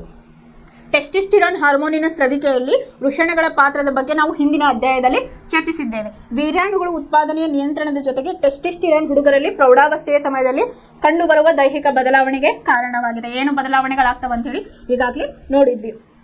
ಉತ್ಪತ್ತಿಯಾದ ವೀರ್ಯಾಣುಗಳು ವೀರ್ಯನಾಳದ ಮೂಲಕ ಸಾಗಿಸಲ್ಪಡುತ್ತದೆ. ಇಲ್ಲೇ ವೀರ್ಯಾಣುಗಳು ಏನಾಗ್ತವಪ್ಪ ಅಂತಂದ್ರೆ ವೀರ್ಯನಾಳದ ಮೂಲಕ ಹಾದು ಸಾಗಿಸಲ್ಪಡುತ್ತದೆ ಅಂತೇಳಿ. ಹೀಗಾಗಿ ಮೂತ್ರ ವಿಸರ್ಜನಾ ನಾಳವು ವೀರ್ಯಾಣು ಮತ್ತು ಮೂತ್ರಗಳೆರಡಕ್ಕೂ ಸಾಮಾನ್ಯ ಮಾರ್ಗವಾಗಿದೆ. ಅಂದ್ರೆ ಒಂದೇನು ಮೂತ್ರನಾಳ ಇರ್ತೈತಲ್ಲ, ವೀರ್ಯಾಣುಕ್ಕೂ ಆಗಿರ್ಬೋದು ಮೂತ್ರಕ್ಕೂ ಆಗಿರ್ಬೋದು, ಇಲ್ಲಿ ವೀರ್ಯಾಣು ಮತ್ತು ಮೂತ್ರಗಳೆರಡಕ್ಕೂ ಸಾಮಾನ್ಯ ಮಾರ್ಗವಾಗಿದೆ, ಒಂದೇ ಮಾರ್ಗವಾಗಿದೆ ಅಂತ ಹೇಳಿ ಹೇಳ. ವೀರ್ಯನಾಳದ ಮಾರ್ಗದಲ್ಲಿ ಗ್ರಂಥಿಗಳಾದ ಪ್ರೋಸ್ಟೇಟ್ ಮತ್ತು ವೀರ್ಯಕೋಶಗಳಿದ್ದು ಅವು ತಮ್ಮ ಸ್ರವಿಕೆಗಳನ್ನು ವೀರ್ಯನಾಳಕ್ಕೆ ಸಾಗಿಸುತ್ತವೆ. ಪ್ರೋಸ್ಟೇಟ್ ಗ್ಲ್ಯಾಂಡ್ ಇದೊಂದು ಗ್ರಂಥಿ, ಇದು ಟೆಸ್ಟೋಸ್ಟಿರಾನ್ ಹಾರ್ಮೋನ್ ಅನ್ನ ರಿಲೀಸ್ ಮಾಡ್ತತಿ. ಅವು ತಮ್ಮ ಸ್ರವಿಕೆಗಳನ್ನು ವೀರ್ಯನಾಳಕ್ಕೆ ಸೇರಿಸುತ್ತವೆ. ಈಗ ವೀರ್ಯಾಣುವು ಒಂದು ದ್ರವದಲ್ಲಿದ್ದು ಅದು ಅವುಗಳ ಸಾಗಾಣಿಕೆಯನ್ನು ಸುಲಭಗೊಳಿಸುತ್ತದೆ ಮತ್ತು ಅವುಗಳಿಗೆ ಪೋಷಣೆಯನ್ನು ಒದಗಿಸುತ್ತದೆ ಅಂತೇಳಿ ಹೇಳುತ್ತೆ. ವೀರ್ಯಾಣುಗಳು ಅತ್ಯಂತ ಸಣ್ಣ ರಚನೆಗಳಾಗಿದ್ದು ಮುಖ್ಯವಾಗಿ ಅನುವಂಶೀಯ ವಸ್ತುವನ್ನು ಹೊಂದಿದೆ ಮತ್ತು ಹೆಣ್ಣು ಲಿಂಗಾಣುವಿನ ಕಡೆ ಚಲಿಸಲು ಸಹಾಯ ಮಾಡುವ ಉದ್ದನೆಯ ಬಾಲವನ್ನ ಹೊಂದಿದೆ ಅಂತ ಹೇಳಿ ಹೇಳಿದ್ದಾರೆ. ನೀವು ಹೈಯರ್ ಕ್ಲಾಸಸ್ಸಿಗೆ ಹೋದಾಗ ಇದ್ರದ್ದು ನೀವು ಡಯಾಗ್ರಾಮ್ ಅನ್ನ ನೋಡ್ಬೋದು ಯಾವ ರೀತಿ ಅಂತ ಹೇಳಿ. ಇಲ್ಲಿ ಹೆಂಗಿರ್ತಪ್ಪ ಅಂತಂದ್ರೆ ವೀರ್ಯಾಣು ಹಂಗೆ ರಫ್ ಇದು ಡಯಾಗ್ರಾಮ್ ಹಾಕ್ತೀನಿ. ಈ ರೀತಿಯಾಗಿ ಇರ್ತೈತಿ. ಇದಕ್ಕೊಂದು ಟೇಲ್ ಅಂತ ಹೇಳಿ ಇರ್ತೈತೆ. ಅಂದ್ರೆ ಮೈಕ್ರೋಸ್ಕೋಪ್ ಒಳಗೆ ಅಂಡರ್ ಮೈಕ್ರೋಸ್ಕೋಪ್ ಒಳಗೆ ಹಾಕಿದಾಗ ಈ ರೀತಿಯಾಗಿ ಅಲ್ಲೇ ಇರ್ತೈತಿ. ಇದಕ್ಕೆ ನಾವು ಏನಂತೀವಪ್ಪ ಅಂತಂದ್ರೆ ಟೇಲ್ ಅಂತ ಹೇಳಿ ಕರಿತೀವಿ. ಈ ಟೇಲ್ ಮೂಲಕ ಅದೇನಾಗ್ತೈತಿ, ಈಸಿಯಾಗಿ ಪಾಸ್ ಆಗ್ತಾ ಇರ್ತೈತಿ ಅಂತ ಹೇಳಿ ಕರಿತೀವಿ. ಇದಕ್ಕೆ ನಾವು ಹೆಡ್ ಅಂತ ಹೇಳಿ ಕರಿತೀವಿ. ಇಲ್ಲೇನು ಹೇಳಿದ್ರು ಅವರು, ಅನುವಂಶೀಯ ವಸ್ತುವನ್ನ ಹೊಂದಿದೆ ಅಂತ ಹೇಳಿ ಹೇಳ್ತಾರೆ. ಅದೇನಪ್ಪ ಅಂತಂದ್ರೆ DNA. ನಿನ್ನೆ ಹೇಳಿದ್ವಿ ಡಿಆಕ್ಸಿ ರೈಬೋನ್ಯೂಕ್ಲಿಕ್ ಆಸಿಡ್ ಅಂತ ಹೇಳಿ ಕರಿತೀವಿ. ಇದೇನೋ ಹೊಂದಿರ್ತೈತಿ, ಒಂದು ಅನುವಂಶೀಯ ವಸ್ತುವನ್ನ ಹೊಂದಿರ್ತೈತಿ. ಇದಕ್ಕೆ ಅದರದೇ ಅಂತ ಹೆಡ್ ಇರ್ತೈತಿ, ಟೇಲ್ ಇರ್ತೈತಿ, ಇನ್ನೂ ಪಾರ್ಟ್ಸ್ ಇರ್ತಾವು. ಇನ್ ಡೀಟೇಲ್ ಆಗಿ ನೀವು ಹೈಯರ್ ಸ್ಟಡಿ ಹೋದಾಗ ಕಲಿತೀರಿ. ಇಲ್ಲಿ ನಿಮಗೆ ಏನಪ್ಪಾ ಅಂತಂದ್ರೆ ಇಲ್ಲಿ ಯಾವುದು ಗಂಡು ಸಂತಾನೋತ್ಪತ್ತಿ ವ್ಯೂಹದಲ್ಲಿ ಏನೇನು ತಿಳ್ಕೊಬೇಕಪ್ಪ ಅಂತಂದ್ರೆ ಅದ್ರ ಪಾರ್ಟ್ಸ್ ಬಂದು ಮೂತ್ರನಾಳ, ವೀರ್ಯನಾಳ, ಮೂತ್ರ ವಿಸರ್ಜನಾ ನಾಳ, ಶಿಶ್ನ, ಪ್ರೋಸ್ಟೇಟ್ ಗ್ರಂಥಿ ಮತ್ತು ಮೂತ್ರಕೋಶ ಅಂತ ಹೇಳಿ. ಇಲ್ಲಿ ಏನಾಗ್ತಿರ್ತದೆ, ಗಂಡು ಲಿಂಗಾಣುಗಳು ಅಥವಾ ವೀರಾಣುಗಳು ಇಲ್ಲಿ ವೃಷಣದಲ್ಲಿ ಉತ್ಪತ್ತಿ ಆಗ್ತವು. ಇವುಗಳು ಕಿಬ್ಬೊಟ್ಟೆಯ ಹೊರಗೆ ವೃಷಣ ಚೀಲದಲ್ಲಿ ಇರುತ್ತವೆ. ಏಕೆಂದ್ರೆ ವೀರ್ಯಾಣುಗಳ ಉತ್ಪಾದನೆಗೆ ದೇಹದ ಉಷ್ಣತೆಗಿಂತ ಕಡಿಮೆ ಉಷ್ಣತೆ ಅವಕ್ಕೆ ಬೇಕು ಅಂತ ಹೇಳಿ ಹೇಳ್ತಾರೆ. ಟೆಸ್ಟೋಸ್ಟಿರಾನ್ ಹಾರ್ಮೋನಿನ ಸ್ರವಿಕೆಯಲ್ಲಿ ವೃಷಣಗಳ ಪಾತ್ರದ ಬಗ್ಗೆ ನಾವು ಹಿಂದಿನ ಅಧ್ಯಾಯದಲ್ಲಿ ಚರ್ಚಿಸಿದ್ದೇವೆ. ಆಮೇಲೆ ದೇಹದಲ್ಲಿ ಏನು ಬದಲಾವಣೆ ಆಗ್ತಾವ ಅಂತ ಹೇಳಿ ನೋಡಿದ್ವಿ. ಇನ್ನು ಮೂತ್ರಕ್ಕೂ ವೀರ್ಯನಾಳಕ್ಕೂ ಇದು ಮೂತ್ರನಾಳ ಒಂದೇ, ಇದರಿಂದ ಅವು ಸಾಗಿಸಲ್ಪಡ್ತಾವು ಅಂತ ಹೇಳಿ ಹೇಳ್ತಾರೆ. ಆಮೇಲೆ ಈಗ ವೀರ್ಯಾಣುವು ಒಂದು ದ್ರವದಲ್ಲಿದ್ದು ಅದು ಅವುಗಳ ಸಾಗಾಣಿಕೆಯನ್ನು ಸುಲಭಗೊಳಿಸುತ್ತದೆ ಮತ್ತು ಅವುಗಳಿಗೆ ಪೋಷಣೆಯನ್ನು ಒದಗಿಸುತ್ತದೆ. ವೀರ್ಯಾಣುಗಳು ಅತ್ಯಂತ ಸಣ್ಣ ರಚನೆಗಳಾಗಿದ್ದು ಮುಖ್ಯವಾಗಿ ಅನುವಂಶೀಯ ವಸ್ತುವನ್ನು ಹೊಂದಿದೆ ಮತ್ತು ಹೆಣ್ಣು ಲಿಂಗಾಣುವಿನ ಕಡೆಗೆ ಅಂದ್ರೆ ಎಗ್ ವಜನ ಮೂಲಕ ಎಗ್ಗಿಗೆ ಅದು ಹೋಗ್ತತಿ ಅಂತ ಹೇಳಿ ಹೇಳ್ತಾರ. ಇಲ್ಲಿ ಅದೇನಾಗ್ತೈತಿ, ಇದು ಒಂದು ಅನುವಂಶೀಯ ವಸ್ತುವನ್ನು ಹೊಂದಿದೆ ಮತ್ತು ಹೆಣ್ಣು ಲಿಂಗಾಣುಗಳ ಕಡೆ ಚಲಿಸಲು ಸಹಾಯ ಮಾಡುವ ಉದ್ದನೆಯ ಬಾಲವನ್ನ ಹೊಂದಿದೆ ಅಂತ ಹೇಳಿ ಹೇಳಿದ. ಇದಿಷ್ಟು ಏನಪ್ಪಾ ಗಂಡು ಸಂತಾನೋತ್ಪತ್ತಿಯ ವ್ಯೂಹ ಅಂತ ಹೇಳಿ ಹೇಳ್ಬೋದು. ಈ ಸ್ಪರ್ಮ್ ಬಗ್ಗೆ, ವೀರ್ಯಾಣು ಬಗ್ಗೆ ನೀವು ಹೆಚ್ಚಿನ ಇದ್ರ ಬಗ್ಗೆ ವಿತ್ ಡಯಾಗ್ರಾಮ್ ನೀವು ಹೆಂಗ್ ಮಾಡ್ತಿರ್ತಾರೆ, ಹೈಯರ್ ಕ್ಲಾಸಸ್ಗೆ ಹೋದಂಗ ಇನ್ ಡೀಟೇಲ್ ಆಗಿ ಹೇಳ್ತಾ ಇರ್ತಾರೆ. ಇನ್ನ ನೆಕ್ಸ್ಟ್ ಹೆಣ್ಣು ಸಂತಾನೋತ್ಪತ್ತಿ ವ್ಯೂಹ ಅಂತ ಹೇಳಿ ಕರೀತಾರೆ. ಇಲ್ಲಿ ಏನೇನ್ ಪಾರ್ಟ್ಸ್ ಬರ್ತಾವ ಅಂತ ಹೇಳಿ ನೋಡೋಣ. ಯೋನಿ ಅಂತ ಹೇಳಿ ಕರೀತಾರ, ಗರ್ಭಕೋಶದ ಕಂಠ, ಗರ್ಭಕೋಶ, ಅಂಡಾಶಯ, ಫೆಲೋಪಿಯನ್ ನಾಳ, ಅಂಡನಾಳ ಅಥವಾ ಫೆಲೋಪಿಯನ್ ನಾಳ ಅಂತ ಹೇಳಿ ಹೇಳ್ತಾರೆ. ಇಲ್ಲ ಹೆಣ್ಮಕ್ಳು ತಿಳ್ಕೊಬೇಕಾಗಿರೋದೇನಪ್ಪಾ ಅಂತಂದ್ರೆ ಈ ಫೆಲೋಪಿಯನ್ ಟ್ಯೂಬ್ ಅಂತ ಕರಿತೇವೆ ಅಥವಾ ಫೆಲೋಪಿಯನ್ ಟ್ಯೂಬ್ ಅಂತ ಕರೀತಾರೆ, ಫೆಲೋಪಿಯನ್ ನಾಳ ಅಂತ ಹೇಳಿ ಕರೀತಾರೆ. ಇದು ಎದಕ್ಕೆ ಹೆಲ್ಪ್ ಆಗ್ತದಪ್ಪ ಅಂತಂದ್ರೆ ಪ್ರೆಗ್ನೆನ್ಸಿಗೆ ಇದು ಹೆಲ್ಪ್ ಆಗ್ತಿರ್ತೈತಿ. ಈ ಫೆಲೋಪಿಯನ್ ಟ್ಯೂಬ್ ಕೆಲಸ ಏನಪ್ಪಾ ಅಂತಂದ್ರೆ ಪ್ರೆಗ್ನೆನ್ಸಿಗೆ ಮಾತ್ರ ಯೂಸ್ ಆಗ್ತಿರ್ತದೆ. ಒಂದು ವೇಳೆ ಈ ಫೆಲೋಪಿಯನ್ ಟ್ಯೂಬ್ ಏನಾದ್ರು ಕ್ಲೋಸ್ ಆಗಿದ್ವು ಅಂದ್ರೆ, ಬ್ಲಾಕ್ ಆಗಿದ್ವು ಅಂತಂದ್ರೆ ಅಲ್ಲಿ ಪ್ರೆಗ್ನೆನ್ಸಿ ಆಗೋದಿಲ್ಲ. ಹಾಗಾಗಿ ಅವರು ಇನ್ಫರ್ಟಿಲಿಟಿ ಅಂತ ಹೇಳಿ ಕರೀತಿರ್ತಾರೆ. ಯಾಕಪ್ಪ ಅಂತಂದ್ರೆ ಅಲ್ಲಿ ಈಗ ಒಂದು ಎಗ್ ಮೂವ್ ಆಗ್ಬೇಕಂತಂದ್ರೆ ಫೆಲೋಪಿಯನ್ ಟ್ಯೂಬ್ ರೈಟ್ ಸೈಡ್ ಮತ್ತೆ ಲೆಫ್ಟ್ ಸೈಡ್ ಇರ್ತೈತಿ. ಈ ರೀತಿಯಾಗಿ ಇರ್ತೈತೆ, ಅದು ಅಂಟ್ಕೊಂಡಿರ್ತಾವ. ಅದು ಓಪನ್ ಇದ್ದಾಗ ಏನಾಗ್ತೈತಿ, ಎಗ್ ಮೂವ್ಮೆಂಟ್ ಆಗ್ತಾ ಇರ್ತೈತಿ. ಇಲ್ಲಿ ಏನಾಗ್ತಿರ್ತೈತಿ, ಎಗ್ ಇಲ್ಲಿ ರಿಲೀಸ್ ಆತಪ್ಪ ಅಂದ್ರೆ ಹಿಂಗ್ ಹೋಗಿ ಬರ್ತಿರ್ತೈತಿ. ಅಲ್ಲಿ ಹೋಗಕ್ಕೆ ಜಾಗ ಇಲ್ಲ ಅಂತಂದ್ರೆ ಹೆಂಗ್ ಪ್ರೆಗ್ನೆನ್ಸಿ ಆಗ್ತೈತಿ, ಅಲ್ಲಿ ಆಗಕ್ಕೆ ಚಾನ್ಸ್ ಇಲ್ಲ. ಅದಕ್ಕೆ ಏನ್ ಮಾಡ್ಬೇಕು, ಫೆಲೋಪಿಯನ್ ಟ್ಯೂಬ್ ಯಾವಾಗಿದ್ರು ಓಪನ್ ಮಾಡಬೇಕು. ಓಪನ್ ಆಗಿರ್ಬೇಕು ಅಂತಂದ್ರೆ ಆಕ್ಟಿವಿಟಿ ಜಾಸ್ತಿ ಇರಬೇಕು ಹೆಣ್ಮಕ್ಳಲ್ಲಿ. ಬರೀ ಕೂತ್ಕೊಂಡೆಲ್ಲ ಕೂಡೋದು ಅದೆಲ್ಲ ಮಾಡೋದ್ರಿಂದ ಏನಾಗ್ತೈತಿ, ಸಮ್ಟೈಮ್ಸ್ ಫೆಲೋಪಿಯನ್ ಟ್ಯೂಬ್ ಇಲ್ಲಿ ಕ್ಲೋಸ್ ಆಗ್ತವೆ. ಒಂದು ವೇಳೆ ಒಂದು ಓಪನ್ ಇದ್ದು ಒಂದು ಕ್ಲೋಸ್ ಆಯ್ತಪ್ಪ ಅಂತಂದ್ರೆ ಏನಾಗ್ತಿರ್ತೈತಿ, ಆಗೋ ಚಾನ್ಸಸ್ ಇರ್ತೈತಿ ಪ್ರೆಗ್ನೆನ್ಸಿ. ಬಟ್ ಏನಂತಂದ್ರೆ ಇಲ್ಲಿ ಹೆಂಗಿರ್ತೈತಿ, ಪೀರಿಯಡ್ ಸೈಕಲ್ ಅಂತ ಹೇಳಿ ಕರಿತೇವಲ್ಲ, ಎಗ್ ಡೆವಲಪ್ ಆಗ್ತಾ ಇರ್ತಾವೆ. ಇಲ್ಲಿ 7th ಡೇ ಟು 21 ಅಪ್ರಾಕ್ಸಿಮೇಟ್ ತಗೊಂಡಾಗ ಇಲ್ಲಿ ಏನಾಗ್ತೈತಿ, ಓವ್ಯುಲೇಷನ್ ಪೀಕ್ ಅಂತ ಹೇಳಿ ಕರಿತೀವಿ. ಇದು ಓವ್ಯುಲೇಷನ್ ಪೀಕ್ ಒಳಗೆ ಮತ್ತೆ ಪ್ರೀ ಮತ್ತು ಪೋಸ್ಟ್ ಓವ್ಯುಲೇಷನ್ ಪೀಕ್ ಅಂತ ಬರ್ತೈತಿ. ಬಟ್ ಇಲ್ಲಿ ತಿಳ್ಕೊಬೇಕಾಗಿರೋದು ಏನಂತಂದ್ರೆ, ಇಲ್ಲಿ ಎಗ್ ಒನ್ಸ್ ಡೆವಲಪ್ ಆತಂದ್ರೆ, ಈಗ ಹೂ ಒಳಗೆ ಏನಾಯ್ತು, ಯುಗ್ಮಜ ಒಡೆದಲ್ಲಿ ಭ್ರೂಣ ಆಯ್ತು. ಇಲ್ಲೇ ಭ್ರೂಣ ಆಗ್ಬೇಕಂತಂದ್ರೆ ಏನಾಗಬೇಕು, ಈ ಎಗ್ ರಪ್ಚರ್ ಆಗ್ಬೇಕು. ಎಗ್ ರಪ್ಚರ್ ಆಗಿ ಏನಾಗ್ತಿರ್ತೈತಿ, ಭ್ರೂಣವಾಗಿ ಕನ್ವರ್ಟ್ ಆಗ್ತಾ ಇರ್ತೈತಿ. ಇಲ್ಲಿ ಹೆಂಗಿರ್ತೈತಪ್ಪ ಎಗ್ ಡೆವಲಪ್ಮೆಂಟ್ ಅಂತಂದ್ರೆ 80% ಮೋಸ್ಟ್ ಪ್ರೊಬೇಬಲ್ ರೈಟ್ ಸೈಡ್ ಈ month, for example August month ಒಳಗೆ 80% ಅಂತಂದ್ರೆ 80 ಅಷ್ಟು ಸರಿ ಸುಮಾರು 80% ರೈಟ್ ಸೈಡ್ ಬೆಳಿತಿರ್ತೈತಿ. 80% ನೆಕ್ಸ್ಟ್ ಮಂತ್ ಲೆಫ್ಟ್ ಸೈಡ್ ಅದು ಎಗ್ ಡೆವಲಪ್ಮೆಂಟ್ ಆಗ್ತಾ ಇರ್ತೈತಿ. ಅಲ್ಲಿ ಯಾರು ಪ್ರೆಗ್ನೆನ್ಸಿ ಇದು ಮಾಡ್ತಿರ್ತಾರಲ್ಲ ಆ ಎಗ್, ಸಪೋಸ್ ಈಗ ಲೆಫ್ಟ್ ಸೈಡ್ ಬ್ಲಾಕ್ ಇದ್ದು ರೈಟ್ ಸೈಡ್ ಓಪನ್ ಇತ್ತು, suppose right side fallopian tube ಎಲ್ಲ ನಾರ್ಮಲ್ ಇದ್ದು ಅಲ್ಲಿ ಎಗ್ ಡೆವಲಪ್ ಆಗಿತ್ತು ಅಂತಂದ್ರೆ ಅಲ್ಲಿ ಕ್ರಾಸ್ ಇದು ಆದಾಗ ಏನಾಗ್ತೈತಿ, ಇದು ಆದಾಗ ಗಂಡು ಲಿಂಗಾಣು ಹೆಣ್ಣು ಲಿಂಗಾಣು ಇದು ಸೇರಿದಾಗ ಏನಾಗ್ತೈತಿ, ಸಪೋಸ್ ಇಲ್ಲೇ ಟ್ಯೂಬ್ ಓಪನ್ ಇದ್ದು ಇಲ್ಲೇ ಎಗ್ ಸರಿಯಾಗಿ ರಪ್ಚರ್ ಆಯ್ತು ಅಂತಂದ್ರೆ ಅಲ್ಲೇ ಪ್ರೆಗ್ನೆನ್ಸಿ ಆಗ್ತೈತಿ. ಸಪೋಸ್ ಬರೀ ಲೆಫ್ಟ್ ಸೈಡ್ ಬರೆಯಾಕತ್ತು ಬ್ಲಾಕ್ ಇದ್ದಲ್ಲಿ ಅಂದ್ರೆ ಅಲ್ಲೇ ಆಗೋ ಚಾನ್ಸಸ್ ಇರೋದು ಕಡಿಮೆ ಅಂತ ಹೇಳಿ ಹೇಳ್ತಾರೆ. ಇನ್ನೊಂದು ಟ್ಯೂಬಲ್ ಪ್ರೆಗ್ನೆನ್ಸಿ ಅಂತಾನೂ ಹೇಳ್ತಾರೆ. ಅದು ನಿಮಗೆ ನೆಸೆಸಿಟಿ ಇಲ್ಲ, ಅದು ನೆಕ್ಸ್ಟ್ ನೀವು ಹೈಯರ್ ಕ್ಲಾಸಸ್ ಹೋದಾಗ ಕಲಿತೀವಿ. ಯೋನಿ, ಗರ್ಭಕೋಶದ ಕಂಠ, ಗರ್ಭಕೋಶ, ಅಂಡಾಶಯ, ಫೆಲೋಪಿಯನ್ ನಾಳ ಅಥವಾ ಅಂಡನಾಳ ಅಂತ ಹೇಳಿ ಕರೀತಾರೆ. ಅಂದ್ರೆ ಇದು ಅದಕ್ಕೆ ಹೇಳಿದೆ ಅಂದ್ರೆ ಫೆಲೋಪಿಯನ್ ಟ್ಯೂಬ್ ನ ಒಂದು ಕೆಲಸ ಏನು, ಅದು ಒಂದು ಹೆಣ್ಣು ಮಕ್ಕಳಿಗೆ ಕನ್ಸೀವ್ ಆಗೋದಕ್ಕೆ ಇರತಕ್ಕಂಥ ಒಂದು ನ್ಯಾಚುರಲ್ ಒಂದು ಕನ್ಸೀವ್ ಆಗೋದಕ್ಕೆ ಎಗ್ ಮೂವ್ಮೆಂಟ್ ಆಗೋದಕ್ಕೆ ಅಲ್ಲಿ ಇರತಕ್ಕಂಥ ಒಂದು ಭಾಗ ಅಂತ ಹೇಳಿ ಹೇಳ್ಬೋದು. ಹೆಣ್ಣು ಸಂತಾನೋತ್ಪತ್ತಿ ವ್ಯೂಹ. ಹೆಣ್ಣು ಲಿಂಗಾಣುಗಳು ಅಥವಾ ಅಂಡಗಳು ಅಂಡಾಶಯದ ಒಳಗೆ ಉತ್ಪತ್ತಿ ಆಗುತ್ತವೆ. ಇಲ್ಲಿ ಅಂಡಾಶಯವು ಕೂಡ ಈಗ ಏನಾಗ್ತತಿ ಅಂತಂದ್ರೆ ಸರ್ಟೆನ್, ಈಗ ಫಾರ್ ಎಕ್ಸಾಂಪಲ್ ಪೀರಿಯಡ್ ಆಫ್ ಸೆಕೆಂಡಿಗೆ ಇಷ್ಟು ಸೈಜ್ ಇರ್ಬೇಕು, ಫಾರ್ ಎಕ್ಸಾಂಪಲ್ 2 mm ಇರಬೇಕು ಅಂತ ಅಪ್ರಾಕ್ಸಿಮೇಟ್ ಹಂಗೆ ಹೇಳತ್ತೀನಿ. ಅದೇ ಏನಾರ ಎಕ್ಸೆಸ್ ಡೆವಲಪ್ ಆಗಬಾರ್ದು. ಇದು ಹೆಂಗೆ ಎಕ್ಸೆಸ್ ಡೆವಲಪ್ ಆದಂಗೆ ಈಸ್ಟ್ರೋಜನ್ ಲೆವೆಲ್ ಹೈ ಇರ್ತತಿ ಅಂತ ಹೇಳಿ ಹೇಳ್ತಿರ್ತಾರೆ. ಹಾಗಾಗಿ ಹೆಣ್ಣು ಲಿಂಗಾಣುಗಳು ಅಥವಾ ಹೆಣ್ಣು ಲಿಂಗಾಣುಗಳು ಎಲ್ಲಿ ಡೆವಲಪ್ ಆಗ್ತಾವ, ಅಂಡಾಶಯದಲ್ಲಿ ಇರ್ತಾವು. ಅಂಡಾಶಯಗಳು ಕೆಲವು ಹಾರ್ಮೋನ್ಗಳನ್ನು ಸ್ರವಿಸುತ್ತದೆ. ಚಿತ್ರ 7.1 ಅನ್ನು ಗಮನಿಸಿ ಮತ್ತು ಹೆಣ್ಣು ಸಂತಾನೋತ್ಪತ್ತಿ ವಿವಿಧ ಭಾಗಗಳನ್ನು ತಿಳಿಯಿರಿ ಅಂತ ಹೇಳಿ ಇಲ್ಲಿ ಹೇಳಿದ್ನಲ್ಲ. ಯೋನಿ ಆಗಿರ್ಬೋದು, ಗರ್ಭಕೋಶದ ಕಂಠ, ಗರ್ಭಕೋಶ, ಅಂಡಾಶಯ, ಫೆಲೋಪಿಯನ್ ಟ್ಯೂಬ್, ಅಂಡನಾಳ ಅಂತ ಹೇಳಿ. ಈಗ ನಾವು ಹೇಳಿದ್ವಿ 12 ರಿಂದ 16ನೇ ವಯಸ್ಸಿಗೆ ಬ್ಲೀಡಿಂಗ್ ಆಗ್ತತಿ. ಉಳಿದಿಟ್ಟ ಅದಕ್ಕಿಂತ ಮುಂಚೆ ಯಾಕಾಗಲ್ಲ ಅಂತಂದ್ರೆ ಇಲ್ಲಿ ಯೋನಿ ಏನಿರ್ತೈತಲ್ಲ ಲಾಕ್ ಸಿಸ್ಟಮ್ ಟೈಪ್. ಗರ್ಭಕೋಶದ ಕಂಠ ಏನಿರ್ತಾವಲ್ಲ ಲಾಕ್ ಆಗಿರ್ತೈತಿ. ಯಾವಾಗ ನಮ್ಮ ಹಾರ್ಮೋನ್ಸ್ಗಳು ಬಿಡುಗಡೆ ಆಗ್ತಾವಲ್ಲ ಈ ಗರ್ಭದ ಕೋಶದ ಕಂಠ ಓಪನ್ ಆಗ್ತೈತಿ. ಅವಾಗ ಏನಾಗ್ತೈತಿ ಫಸ್ಟ್ ಬ್ಲೀಡಿಂಗ್ ಅಂತ ಹೇಳಿ ಕರಿತೀವಿ. ಅದನ್ನ ಸೈಂಟಿಫಿಕಲಿ ಹಿಂಗೆ ಹೇಳ್ತಾರೆ, ಗರ್ಭಕೋಶದ ಕಂಠ ಓಪನ್ ಆಗ್ತೈತಿ. ಓಪನ್ ಆದಾಗ ಏನಾಗ್ತೈತಿ ಫಸ್ಟ್ ಬ್ಲೀಡಿಂಗ್ ಆಗ್ತೈತಿ ಅಂತ ಹೇಳಿ. ಯಾವಾಗ ಅದು ಆ ಏಜ್ ಒಳಗೆ ಆಗ್ತೈತಿಲ್ಲ ಒಂದು ಹೆಣ್ಣು ಅಲ್ಲೇ ಸಂತಾನೋತ್ಪತ್ತಿಗೆ ಸಿದ್ಧಳಾಗ್ತಾ ಇದ್ದಾಳೆ. ಅಂದ್ರೆ ಈಗ ಭೂಮಿ ಮೇಲೆ ಒಂದು ಹೆಣ್ಮಗಳದಾಳ ಅಂದ್ರೆ ಸರ್ಟೆನ್ ಏಜ್ ಆದ್ಮೇಲೆ ಮದುವೆ ಆಗ್ತೈತಿ ಮತ್ತೆ ಆ ಸಂತಾನೋತ್ಪತ್ತಿಯ ಒಂದು ಕ್ರಿಯೆ ನಡೆಯಲೇಬೇಕು. ಇಲ್ಲಿ ಗರ್ಭಕೋಶದ ಕಂಠ ಫಸ್ಟ್ ನಮಗೆ ತೋರಿಸೋದು ಏನಪ್ಪಾ ಅಂತಂದ್ರೆ ಮೆಚುರಿಟಿ 12 ರಿಂದ 16ನೇ ವಯಸ್ಸಿನಲ್ಲಿ ಅದು ಓಪನ್ ಆಗ್ತೈತಿ ಅಂತ ಹೇಳಿ ಹೇಳ್ತಾರೆ. ಒಂದು ಹೆಣ್ಣು ಮಗು ಜನಿಸಿದಾಗಲೇ ಅದರ ಅಂಡಾಶಯಗಳು ಸಾವಿರಾರು ಅಪಕ್ವ ಅಂಡಗಳನ್ನು ಹೊಂದಿರುತ್ತದೆ. ಪ್ರೌಢಾವಸ್ಥೆಯನ್ನು ತಲುಪಿದಾಗ ಇವುಗಳಲ್ಲಿ ಕೆಲವು ಪಕ್ವವಾಗಲು ಪ್ರಾರಂಭಿಸುತ್ತದೆ. ಅಂದ್ರೆ ಒಂದು ಹೆಣ್ಣು ಮಗು ಜನಿಸ್ತಪ ಅಂತಂದ್ರೆ ಅಲ್ಲಿ ಏನಾಗಿರ್ತೈತಿ ಸಾವಿರಾರು ಅಪಕ್ವ ಅಂತಂದ್ರೆ ಡೆವಲಪ್ಡ್ ಎಗ್ ಅಲ್ಲ, ಅಪಕ್ವ ಅಂಡಗಳು ಹೊಂದಿರುತ್ತವೆ. ಪ್ರೌಢಾವಸ್ಥೆಯನ್ನು ತಲುಪಿದಾಗ ಇವುಗಳಲ್ಲಿ ಕೆಲವು ಪಕ್ವವಾಗಲು ಆರಂಭಿಸುತ್ತದೆ. ಅಂದ್ರೆ ಹೆಲ್ದಿ ಆಗಕ್ಕೆ ಅವು ಸ್ಟಾರ್ಟ್ ಆಗ್ತೈತಿ. ಅವಾಗ ಏನಾಗ್ತೈತಿ ಪಕ್ವವಾಗಲು ಪ್ರಾರಂಭಿಸುತ್ತದೆ. ಪ್ರತಿ ತಿಂಗಳು ಒಂದು ಅಂಡಾಶಯದಿಂದ ಒಂದು ಅಂಡವು ಉತ್ಪತ್ತಿ ಆಗುತ್ತದೆ. ಅಂದ್ರೆ ಪೀರಿಯಡ್ ಸೈಕಲ್ ಅಂತ ಹೇಳ್ತಾರೆ. ಒಂದು ಅಂಡಾಶಯದ ಒಂದು ಅಂಡಾಣು ಅಲ್ಲಿ ರಿಲೀಸ್ ಆಗ್ತೈತಿ ಅಂತ ಹೇಳಿ. ಅಂಡವು ಅಂಡಾಶಯದಿಂದ ಒಂದು ತೆಳುವಾದ ಅಂಡನಾಳ ಅಥವಾ ಫೆಲೋಪಿಯನ್ ನಾಳದ ಮೂಲಕ ಗರ್ಭಕೋಶಕ್ಕೆ ಸಾಗಿಸಲ್ಪಡುತ್ತದೆ. ಅದು ಹೇಳಿದ್ನಲ್ಲ ಫೆಲೋಪಿಯನ್ ಟ್ಯೂಬ್. ಆ ಎಗ್ ಏನಿರ್ತದಲ್ಲ ಮೂವ್ ಆಗ್ಬೇಕಂತ ಅಂದ್ರೆ ಓಪನ್ ಇರಬೇಕು. ಮೂವ್ಮೆಂಟ್ ಒಂದು ಪೈಪ್ ಐತಿ ಅಂತಂದ್ರೆ ಇಲ್ಲಿಂದ ನೀರು ಹೋಗ್ಬೇಕಂದ್ರೆ ಇದು ಓಪನ್ ಇರಬೇಕು. ಇಲ್ಲಿಂದ ಎಗ್ ಮೂವ್ ಆಗ್ಬೇಕಪ್ಪ ಅಂತಂದ್ರೆ ಇದು ಓಪನ್ ಇರಬೇಕು. ಇಲ್ಲಿ ಏನಾದ್ರು ಬ್ಲಾಕ್ ಇತ್ತಂದ್ರೆ ಇಲ್ಲಿ ಸ್ಟ್ರಕ್ ಆಗ್ತದೆ. ಹಾಗಾಗಿ ಫೆಲೋಪಿಯನ್ ಟ್ಯೂಬ್ ಹೆಲ್ದಿಯಾಗಿ ಬ್ಲಾಕ್ ಆಗದಂಗ ಇರಬೇಕು. ಇದು ಅದಕ್ಕೆ ಹೆಲ್ಪ್ ಮಾಡ್ತೈತಿ. ಫೆಲೋಪಿಯನ್ ಇಲ್ಲಿ ಅಂಡವು ಅಂಡಾಶಯದಿಂದ ಒಂದು ತೆಳುವಾದ ಅಂಡನಾಳ ಅಥವಾ ಫೆಲೋಪಿಯನ್ ನಾಳದ ಮೂಲಕ ಗರ್ಭಕೋಶಕ್ಕೆ ಸಾಗಿಸಲ್ಪಡುತ್ತದೆ. 2 ಅಂಡನಾಳಗಳು ಹಿಗ್ಗಬಲ್ಲ ಚೀಲದಂತ ರಚನೆಯಾದ ಗರ್ಭಕೋಶದಿಂದ ಸೇರುತ್ತವೆ. ಗರ್ಭಕೋಶವು ಗರ್ಭಕೋಶದ ಕಂಠದ ಮೂಲಕ ಯೋನಿಗೆ ತೆರೆದುಕೊಳ್ಳುತ್ತದೆ, ಓಪನ್ ಆಗ್ತದೆ ಅಂತ ಹೇಳಿದೆ. ಲೈಂಗಿಕ ಸಂಪರ್ಕದ ಸಮಯದಲ್ಲಿ ಯೋನಿ ಮಾರ್ಗದ ಮೂಲಕ ವೀರ್ಯಾಣುಗಳು ಪ್ರವೇಶಿಸುತ್ತವೆ. ಏನು ಲೈಂಗಿಕ ಸಂಪರ್ಕದ ಸಮಯದಲ್ಲಿ ಯೋನಿಯ ಮಾರ್ಗದ ಮೂಲಕ ಇಲ್ಲಿಂದ ಏನಾಗ್ತದಪ್ಪ ಅಂತಂದ್ರೆ ಸ್ಪರ್ಮ್ ಇನ್ಸರ್ಟ್ ಆಗ್ತೈತಿ. ಅಲ್ಲಿಂದ ಏನಾಗ್ತದ ಅಂದ್ರೆ ಗರ್ಭಕೋಶ ಕಂಠದ ಮೂಲಕ ಇಲ್ಲಿ ಫೆಲೋಪಿಯನ್ ಟ್ಯೂಬಿಗೆ ಬಂದು ಗರ್ಭಕೋಶವನ್ನು ನಾವು ಸೇರ್ತಾವು. ಲೈಂಗಿಕ ಸಂಪರ್ಕದ ಸಮಯದಲ್ಲಿ ಯೋನಿ ಮಾರ್ಗದ ಮೂಲಕ ವೀರ್ಯಾಣುಗಳು ಪ್ರವೇಶಿಸುತ್ತವೆ. ಅವು ಮೇಲ್ಮುಖವಾಗಿ ಚಲಿಸಿ ಅಂಡನಾಳವನ್ನು ಪ್ರವೇಶಿಸಿ ಅಂಡವನ್ನು ಫಲಿತಗೊಳಿಸುತ್ತವೆ ಅಂದ್ರೆ ಒಡಿತಾವು ಅಂತ ಹೇಳಿ. ಹೂವಿನೊಳಗೆ ಹೆಂಗ ಭ್ರೂಣ ಯುಗ್ಮಜ ಉಂಟಾಗಿ ಒಡಿತೈತಲ್ಲ ಹಂಗ ಎಗ್ ರಪ್ಚರ್ ಅಂತ ಹೇಳಿ ಕರೀತಾರೆ. ಇಂಗ್ಲಿಷ್ ಒಳಗೆ ಅದಕ್ಕೆ ನಂತರ ಎಗ್ ರಪ್ಚರ್ ಅಂತ ಹೇಳಿ ಕರೀತಾರೆ. ನಿಷೇಚನಗೊಂಡ ಅಂಡ ಯುಗ್ಮಜ ಅಂತಿನಂದಲ್ಲ ಅದು ಏನಾಗ್ತತಿ ವಿಭಜಿಸಲು ಪ್ರಾರಂಭ ಆಗ್ತತಿ ಅಂತ ಹೇಳಿದ್ರು. ಫಾರ್ ಎಕ್ಸಾಂಪಲ್ ಈಗ ಒಂದಿದು ಎಗ್ ಅಂತ ತಿಳ್ಕೊಂಡು ಇದು ಏನಾಗ್ತತಿ ಅಲ್ಲಿ ಇದು ಅವು ಮೇಲ್ಮುಖವಾಗಿ ಚಲಿಸಿ ಅಂಡನಾಳವನ್ನು ಪ್ರವೇಶಿಸಿ ಅಂಡವನ್ನು ಫಲಿತಗೊಳಿಸುತ್ತವೆ. ಈ ನಿಷೇಚನಗೊಂಡ ಅಂಡ ಅಥವಾ ಯುಗ್ಮಜ ವಿಭಜಿಸಲು ಪ್ರಾರಂಭವಾಗುತ್ತೆ. ವಿಭಜಿಸ್ತತಿ ಅಂತಂದ್ರೆ ಒಮ್ಮೆ ವಿಭಜಿಸಲಾದ ಹಿಂಗ ಫಸ್ಟಿಗೆ ಹಿಂಗಿರ್ತತಿ, ಆಮೇಲೆ ಹೆಂಗಾಗ್ತತಿ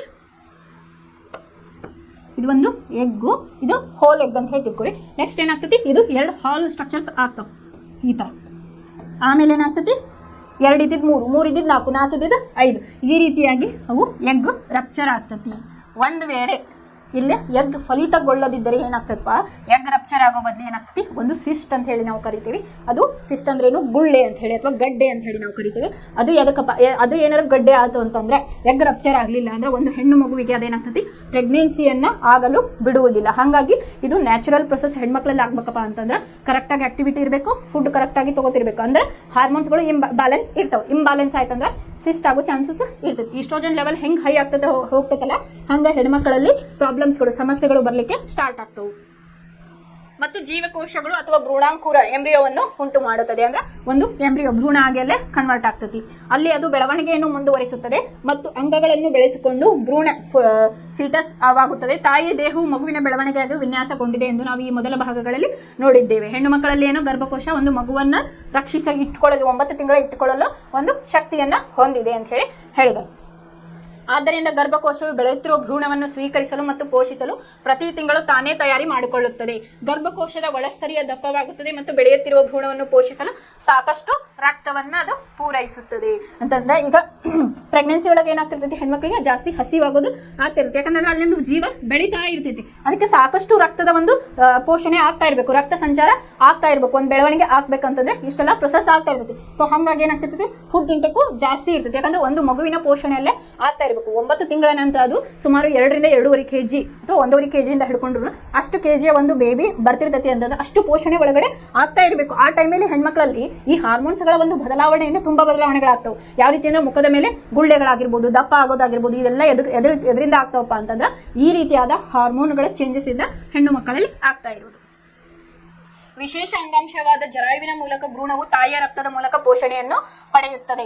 ಜರಾಯುವು ತಟ್ಟೆಯಂತಹ ರಚನೆಯಾಗಿದ್ದು ಗರ್ಭಕೋಶದ ಗೊಡೆಯೊಳಗೆ ಹುದುಗಿಕೊಂಡಿದೆ. ಇಲ್ಲೇನು ಜರಾಯು ಅಂತ ಇದು ಏನಪ್ಪಾ ಅಂತ ತಾಯಿಯ ರಕ್ತದ ಮೂಲಕ ಒಂದು ಪೋಷಣೆಯನ್ನ ಮಾಡ್ತಾ ಇರ್ತೈತಿ. ಇದು ಹೆಂಗಿರ್ತಪ್ಪ ಅಂತಂದ್ರೆ ತಟ್ಟೆಯಂತ ರಚನೆಯಾಗಿದ್ದು ಗರ್ಭಕೋಶದ ಗೋಡೆಯೊಳಗೆ ಹುದುಗಿಕೊಂಡಿದೆ ಅಂತ ಹೇಳಿ. ಇದು ಭ್ರೂಣದ ಅಂಗಾಂಶ ಭಾಗದಲ್ಲಿ ವಿಲಯಗಳನ್ನು ಹೊಂದಿದೆ ಮತ್ತು ತಾಯಿಯ ಕಡೆಗಿನ ಭಾಗದಲ್ಲಿ ವಿಲಯಗಳನ್ನು ಸುತ್ತುವರೆದಂತೆ ರಕ್ತ ಅವಕಾಶಗಳಿವೆ. ಇದು ತಾಯಿಯ ಭ್ರೂಣಕ್ಕೆ ಗ್ಲೂಕೋಸ್ ಮತ್ತು ಆಕ್ಸಿಜನ್ ಹಾದು ಹೋಗಲು ವಿಶಾಲವಾದ ಮೇಲ್ಮೈಯನ್ನ ಬೆಳೆಸುತ್ತದೆ. ಈಗ ಒಂದು ಮಗು ಹೊಟ್ಟೆ ಒಳಗಡೆ ಐತಿ, ಗರ್ಭಕೋಶದಾಗ ಐತಿ ಅಂತಂದ್ರೆ ಈಗ ತಾಯಿಗೂ ಕೂಡ ರಕ್ತವೂ ಬೇಕು ಮತ್ತು ಆಕ್ಸಿಜನ್ ಬೇಕು. ಅದನ್ನ ಯಾವ್ದು ಮಾಡ್ತೈತಿ? ಈ ಜರಾಯುವು ಮಾಡ್ತಾ ಇರ್ತೈತಿ ಅಂತ ಹೇಳಿ. ಅವುಗಳನ್ನು ತಾಯಿಯ ರಕ್ತಕ್ಕೆ ಪ್ಲೆಸೆಂಟ್ ಆದ ಮೂಲಕ ವರ್ಗಾಯಿಸಿ ಹೊರ ಹಾಕಲಾಗುತ್ತದೆ. ಮಗುವು ತಾಯಿಯ ದೇಹದೊಳಗೆ ಸಂಪೂರ್ಣವಾಗಿ ಬೆಳೆಯಲು ಅಂದಾಜು 9 ತಿಂಗಳ ಕಾಲವನ್ನು ತೆಗೆದುಕೊಳ್ಳುತ್ತದೆ. ಗರ್ಭಕೋಶದ ಸ್ನಾಯುಗಳು ಲಯಬದ್ಧ ಸಂಕುಚನಗಳ ಫಲವಾಗಿ ಮಗುವು ಜನಿಸುತ್ತದೆ ಅಂತ ಹೇಳಿ. ಈಗ ಏನಾಗ್ತತಿ, ಒಂದು ಮಗು ಬೆಳಿಬೇಕು ಅಂತಂದ್ರೆ ಈಗ ಒಬ್ಬ ಹೆಣ್ಣುಗಳ ಕನ್ಸೀವ್ ಆದ್ರೆ 9 ತಿಂಗಳ ಅಥವಾ 9 ತಿಂಗಳು 9 ದಿನ ಅಂತ ಹೇಳಿ ಯೂಶಲಿ ಹೇಳ್ತಿರ್ತಾರೆ. ಅಲ್ಲಿವರೆಗೂ ಏನಾಗ್ತದೆ, ತಾಯಿಯ ಗರ್ಭಕೋಶದಲ್ಲಿ ಅದು ಬೆಳೀತಾ ಇರ್ತದೆ. ಈಗ ಅದು ಒಂದು ನ್ಯಾಚುರಲ್, ಹೆಣ್ಮಕ್ಳಿಗೆ ಅದೊಂದು ವರ ಅಂತ ಹೇಳ್ಬೋದು. ಹೆಂಗಂತಂದ್ರೆ 9 ತಿಂಗಳನ್ನ ಹಿಡಿದಿಟ್ಕೊಳ್ಳೋ ಕೆಪಾಸಿಟಿ ಇರ್ತೈತಿ. ಅದಕ್ಕೆ ಬೇಕಾದಂಥ ಪೋಷಣೆ ನಮ್ಮ ಆರ್ಗನ್ಸ್ಗಳಲ್ಲಿ ಆ ವಿಶೇಷತೆಯನ್ನು ಹೊಂದಿರತಕ್ಕಂಥದ್ದು ನಮ್ಮ ದೇಹದ ಒಂದು ವಿಶೇಷ ರೀತಿಯ ವಿನ್ಯಾಸ ಅಂತ ಹೇಳಿ ಇಲ್ಲಿ ನಾವು ಹೇಳ್ಬೋದು ಅಂತ ಹೇಳಿ. ನೆಕ್ಸ್ಟ್ ಇದಿಷ್ಟು ಏನಂತಂದ್ರೆ ಜೀವಿಗಳು ಹೇಗೆ ಸಂತಾನೋತ್ಪತ್ತಿ ನಡೆಸುತ್ತವೆ ಅನ್ನೋದ್ರಾಗ ಇದ್ರೊಳಗ ಗಂಡು ಸಂತಾನೋತ್ಪತ್ತಿ ವಿವಾಹ ಮತ್ತು ಹೆಣ್ಣು ಸಂತಾನೋತ್ಪತ್ತಿ ವಿವಾಹ ಅಂತ ಹೇಳಿ ಹೇಳ್ತಾರೆ. ಗಂಡು ಸಂತಾನೋತ್ಪತ್ತಿ ನೋಡಿದ್ವಿ. ಹೆಣ್ಣು ಸಂತಾನೋತ್ಪತ್ತಿಯ ಭಾಗಗಳು ಯಾವ್ಯಾವು? ಅಂಡನಾಳ ಅಥವಾ ಫೆಲೋಪಿಯನ್ ಟ್ಯೂಬ್ ಅಂತ ಕರಿತೀವಿ. ಗರ್ಭಕೋಶದ ಕಂಠ, ಯೋನಿ ಅಂತ ಹೇಳಿ ಕರಿತೀವಿ. ಇಲ್ಲೇನಾಗ್ತತಿ, ಋತುಚಕ್ರದ ಸಮಯದಲ್ಲಿ ಒಂದು ಅಂಡಾಶಯದಿಂದ ಒಂದು ಅಂಡಾಣು ಬಿಡುಗಡೆ ಆಗ್ತೈತಿ. ಓವ್ಯುಲೇಷನ್ ಪೀಕ್ ಒಳಗಡೆ, ಅದು ನೀವು ಹೆಚ್ಚಿನದಾಗಿ ನೆಕ್ಸ್ಟ್ ಹೈಯರ್ ಕ್ಲಾಸಸ್ ಹೋದಾಗ ಕಲಿತೀರಿ.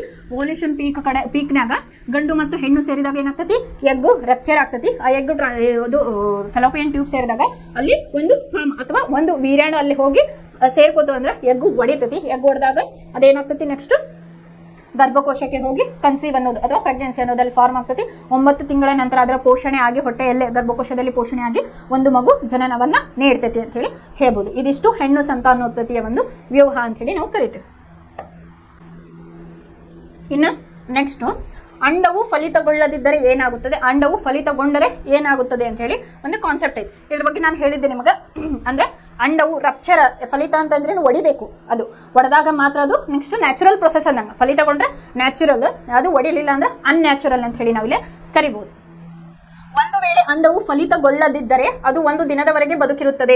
ಅಂಡಾಶಯವು ಪ್ರತಿ ತಿಂಗಳು ಒಂದು ಅಂಡವನ್ನು ಬಿಡುಗಡೆಗೊಳಿಸುವುದರಿಂದ ಗರ್ಭಕೋಶವು ಫಲಿತ ಅಂಡವನ್ನು ಬರಮಾಡಿಕೊಳ್ಳಲು ಪ್ರತಿ ತಿಂಗಳು ತನ್ನನ್ನೇ ತಾನೇ ಸಜ್ಜುಗೊಳಿಸಿಕೊಳ್ಳುತ್ತಿರುತ್ತದೆ. ನಮ್ಮ ದೇಹ ಹೆಂಗ್ ಮಾರ್ಪಾಡಾಗಿರ್ತದಪ್ಪ ಅಂತಂದ್ರೆ, ಈಗ ಫಾರ್ ಎಕ್ಸಾಂಪಲ್ ಏರ್ಬೇಡ ಅಂತಂದ್ರೆ ಒಂದು ಎಗ್ ಡೆವಲಪ್, ಒಂದಂತರ ಇರ್ತಾವ ಎಗ್, ಅದು ಡೆವಲಪ್ ಆಗ್ತಾ ಇರ್ತೈತಿ. ಅದು ತಯಾರಿಯಲ್ಲಿ ಇರ್ತೈತಿ. ಈ ಸ್ಟೇಜ್ ಒಳಗೆ ಎಗ್ ರಪ್ಚರ್, ಈಗ ಇಷ್ಟು ಫಾರ್ ಎಕ್ಸಾಂಪಲ್ ಇಷ್ಟು ಡೇಗ ಇಷ್ಟು ಸೈಜ್ ಎಗ್ ಇರಬೇಕು. ಆಮೇಲೆ ಈ ಟೈಮಲ್ಲಿ ಅದು ಎಗ್ ರಪ್ಚರ್ ಆಗಬೇಕು. ಸಪೋಸ್ ಆ ಟೈಮಲ್ಲಿ ಕ್ರಾಸ್ ಆಯ್ತು ಅಂತಂದ್ರೆ, ಅಂದ್ರೆ ಗಂಡು ಹೆಣ್ಣು ಸೇರಿದ್ರೆ ಅದು ಎಗ್ ಒಡೆದ ಏನಾಗ್ತಪ್ಪ ಅಂತಂದ್ರೆ ಅಲ್ಲೇ ಪ್ರೆಗ್ನೆನ್ಸಿ ಆಗ್ತತಿ ಅಂತ ಹೇಳಿ.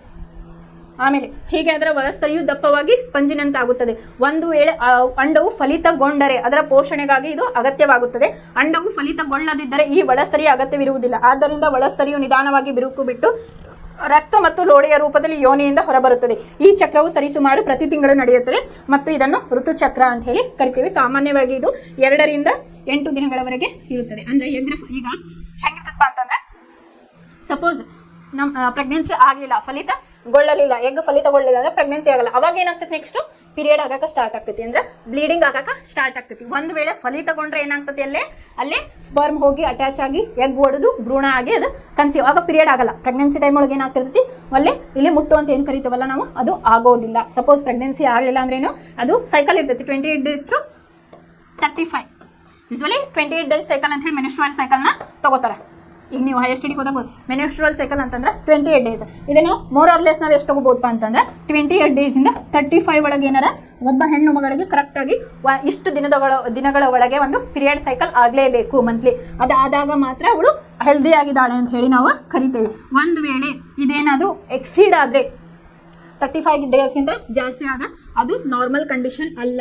ಸಪೋಸ್ ಈ ಹೆಣ್ಮಕ್ಳೊಳಗೆ ಫಸ್ಟ್ ಏನಾಗಿರ್ತೈತಿ, ಹಾರ್ಮೋನ್ಸ್, ಈಗ ಕೆಲವೊಬ್ಬರಿಗೆ ಮೆಚುರಿಟಿ ಆದ್ಮೇಲೆ ಏನಾಗ್ತೈತಿ ಕೆಲವು 6 ತಿಂಗಳ ಗಟ್ಟಲೆ 1 ವರ್ಷ ಗಟ್ಟಲೆ ಮುಟ್ಟಾಗೋದಿಲ್ಲ. ಯಾಕಂತಂದ್ರೆ ಅದನ್ನ ನೀವು ಹಾಸ್ಪಿಟ್ಲಿಗೆ ತೋರಿಸಿದ್ರೆ ಅವ್ರು ಡಾಕ್ಟರ್ ಏನು ಹೇಳ್ತಾರೆ, ಆರ್ಗನ್ ಡೆವಲಪ್ಮೆಂಟ್ ಫೇಸ್ ಅಂತ ಹೇಳಿ ಕರೀತಾರೆ. ಯಾಕಂದ್ರೆ ಇನ್ನು ವಯಸ್ಸು 12ರಿಂದ 16 ಅಂತಂದ್ರೆ ನಮ್ಮ ದೇಹದಲ್ಲಿ ಅಂಗಾಂಗಗಳು ಬೆಳೀತಾ ಇರ್ತಾವೆ, ಅದನ್ನ ಅಷ್ಟು ಸೀರಿಯಸ್ ಆಗಿ ಕನ್ಸಿಡರ್ ಮಾಡೋದಿಲ್ಲ. ಅದೇನಾಗ್ತೈತಿ ಒಂದು 6 ತಿಂಗಳ 1 ವರ್ಷದ ನಂತರ ಮತ್ತೆ ಏನಾಗ್ತೈತಿ ಆಸ್ ಯೂಶುವಲ್ ಸೈಕಲ್ ಆಗಕ ಇರ್ತೈತಿ. ಸಟನ್ ಏಜಿಗೆ ಬಂದ ನಂತರ ಅದನ್ನ ನೆಗ್ಲೆಕ್ಟ್ ಮಾಡಬಾರ್ದು. ಯಾಕಂತಂದ್ರೆ ಇಲ್ಲಿ ಎಗ್ಗು ಸರಿಯಾಗಿ ಒಂದು ಅಂಡಾಶಯದಿಂದ ಒಂದು ಅಂಡಾಣು ರಿಲೀಸ್ ಆಗಲೇಬೇಕು, ಅದು ರಪ್ಚರ್ ಆಗಲೇಬೇಕು.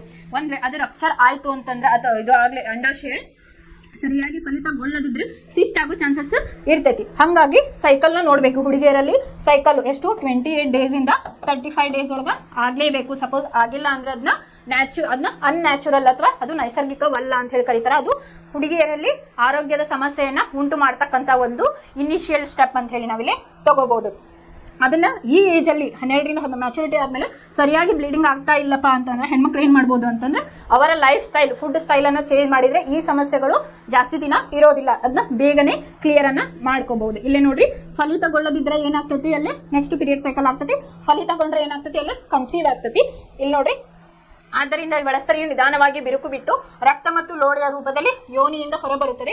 ಈ ಚಕ್ರವು ಸರಿಸುಮಾರು ಪ್ರತಿ ತಿಂಗಳು ನಡೆಯುತ್ತದೆ ಮತ್ತು ಇದನ್ನು ಋತು ಚಕ್ರ ಅಂತ ಹೇಳಿ ಕರೀತಾರೆ. ಮೆನ್ಸ್ಟ್ರುವಲ್ ಸೈಕಲ್ ಅಂತ ಹೇಳಿ ಕರೀತಾರೆ. ನಿಮಗೆ ಅದು ನೆಕ್ಸ್ಟ್ ಹೋದಾಗ ಒಂದು ಸೈಕಲ್ ಹಾಕಿ ತೋರಿಸ್ತಾರ 28 ಡೇಸ್ ಅಂತ 1 2 3 4 ಅಂತ ಹೇಳಿ ಯಾವ್ಯಾವ ದಿನ ಏನೇನು ಆಗ್ತತಿ ಅಂತ ಹೇಳಿ ಹೇಳ್ತಾರೆ. ನಿಮ್ಗೆ 28 ಡೇಸ್ ಸೈಕಲ್ ಒಳಗೆ ಅಂದ್ರೆ ಓವ್ಯುಲೇಷನ್ ಪೀಕ್ ಅಂತ ಹೇಳಿ ಕರೀತಾರೆ. ಆಮೇಲೆ 7th ಡೇ ಇಂದ ಬಿಫೋರ್ ಪ್ರೀ ಓವ್ಯುಲೇಷನ್ ಅಂತ ಕರೀತಾರೆ. ಆಮೇಲೆ 21 ಡೇಸು ಈ ತರ ಅದು 21 ಡೇಸ್ ಹಿಂಗಾದಾಗ post ovulation cycle. Within ovulation peak ಒಳಗೆ ಏನಾಗ್ತತಿ, ಪ್ರೆಗ್ನೆನ್ಸಿ ಆಗೋ ಚಾನ್ಸಸ್ ಜಾಸ್ತಿ ಇರ್ತೈತಿ ಅಂತ ಹೇಳಿ ನೀವು ಹೈಯರ್ ಕ್ಲಾಸಸ್ ಒಳಗೆ ಇದ್ರ ಬಗ್ಗೆ ಇನ್ ಡೀಟೇಲ್ ಆಗಿ ಸ್ಟಡಿ ಮಾಡ್ತೀವಿ. ಇದಿಷ್ಟು ಏನಪ್ಪಾ ಅಂತಂದ್ರೆ ಅಂಡವು ಫಲಿತಗೊಳ್ಳದಿದ್ದರೆ ಏನಾಗುತ್ತದೆ, ಫಲಿತಗೊಂಡರೆ ಏನಾಗುತ್ತದೆ ಅಂತ ಹೇಳಿ ಇದಿಷ್ಟು ಇವತ್ತಿನ ಕ್ಲಾಸ್. ಇವತ್ತಿನ ಕ್ಲಾಸ್ ಒಳಗೆ ನಾವು ಹೂವಿನಲ್ಲಿ ಸಂತಾನೋತ್ಪತ್ತಿ ಹೆಂಗಾಗ್ತೈತಿ ನೋಡಿದ್ವಿ, ಮನುಷ್ಯರಲ್ಲಿ ಸಂತಾನೋತ್ಪತ್ತಿ ಯಾಕೆ ಬೇಕು ಮತ್ತು ಹೆಂಗಾಗ್ತೈತಿ, ಆಮೇಲೆ ಗಂಡು ಸಂತಾನೋತ್ಪತ್ತಿ ವಿವಾಹವನ್ನು ನೋಡಿದ್ವಿ, ಹೆಣ್ಣು ಸಂತಾನೋತ್ಪತ್ತಿಯ ವಿವಾಹವನ್ನು ನೋಡಿದ್ವಿ, ಆಮೇಲೆ ಇದು ಎಗ್ ಏನು ಅಂಡಾಣು ಫಲಿತಗೊಳ್ಳದಿದ್ದರೆ ಏನಾಗ್ತೈತಿ, ಫಲಿತಗೊಂಡರೆ ಏನಾಗ್ತತಿ ಅಂತ ಹೇಳಿ ಕಲಿತೇವೆ. ಇನ್ನೊಂದು ಈಗ ಹೆಣ್ಮಕ್ಳಲ್ಲಿ PCOD ಅಂತ ಹೇಳಿ ಕರೀತಾರೆ. ಅದು ಎದಕ್ಕೆ ಆಗ್ತದಪ್ಪ ಅಂತಂದ್ರೆ ಅದು ಹೆಂಗಾಗ್ತೈತಿ, ಗರ್ಭಕೋಶದ ಸುತ್ತ ಏನಾಗ್ತಿರ್ತೈತಿ ಒಂದು ಸಣ್ಣ ಗುಳ್ಳೆಯ ಆಕಾರದ ಸಿಸ್ಟ್ ಅಂತ ಹೇಳ್ತೀವಿ, ಅವು ಫಾರ್ಮ್ ಆಗ್ತಾ ಇರ್ತಾವು. ಇದು ಇತ್ತು ಅಂದ್ರೆ ಹುಡುಗಿಯರಲ್ಲಿ ಇರ್ರೆಗ್ಯುಲರ್ ಪೀರಿಯಡ್ ಅನ್ನ ಕಾಸ್ ಮಾಡ್ತಾ ಇರ್ತೈತಿ. ಯಾಕಂದ್ರೆ ನೀವೀಗ ಪ್ರೌಢಾವಸ್ಥೆಯಲ್ಲಿ ಇರೋದ್ರಿಂದ ಏನಾಗ್ತದಪ್ಪ ಅಂತಂದ್ರೆ ಇದನ್ನ ನೀವು ಐಡೆಂಟಿಫೈ ಮಾಡ್ಕೋಬಹುದು. ಯಾರಿಗೆ ಪೀರಿಯಡ್ ಸೈಕಲ್ ಸರಿ ಇರಲ್ಲ ಅವಾಗ ಅದನ್ನ ನ್ಯಾಚುರಲ್ ಫುಡ್ ಇದರಿಂದ ನೀವು ಅದನ್ನ ಸರಿ ಮಾಡ್ಕೋಬಹುದು. ಒಂದ್ ವೇಳೆ ಅದು ಪರ್ಮನೆಂಟ್ ಅಂಡ್ ಟೆಂಪ್ರರಿ ಸಿಸ್ಟ್ ಅಂತ ಹೇಳಿ ಕರೀತಾರೆ. ಸಪೋಸ್ ಇದು ಪರ್ಮನೆಂಟ್ ಆಯ್ತಂದ್ರೆ ಮುಂದೆ ಹೆಣ್ಣು ಮಕ್ಕಳಿಗೆ ಇದರಿಂದ ತುಂಬಾ ಪ್ರಾಬ್ಲಮ್ ಆಗೋ ಸಾಧ್ಯತೆ ಜಾಸ್ತಿ ಇರ್ತೈತಿ. ಇನ್ನು ನಾಳೆ ಕ್ಲಾಸ್ ಒಳಗ ಸಂತಾನೋತ್ಪತ್ತಿಯ ಆರೋಗ್ಯದ ಬಗ್ಗೆ ತಿಳ್ಕೊಳ್ಳೋಣ.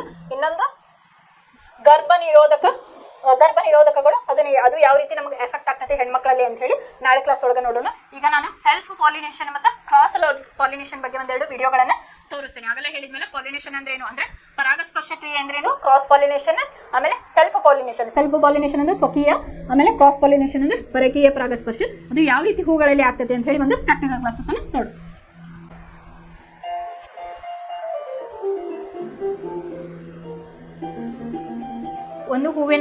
ಒಂದು ಹೂವನ್ನ ಅದು ಯಾವ ರೀತಿಯಾಗಿ ಆಗ್ತತಿ, ಇದು ಸಂತಾನೋತ್ಪತ್ತಿ ಅಂತ ಹೇಳಿ ತೋರಿಸ್ತಿದ್ದಾರೆ.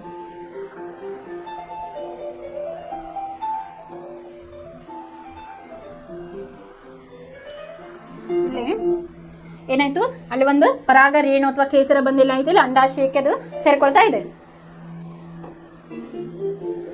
ಇಲ್ಲಿ ನೋಡ್ರಿ, ಅಂಡಾಶಯದ ಒಳಗಡೆ ಬಂದದು ಸೇರ್ಕೊಳ್ತದೆ.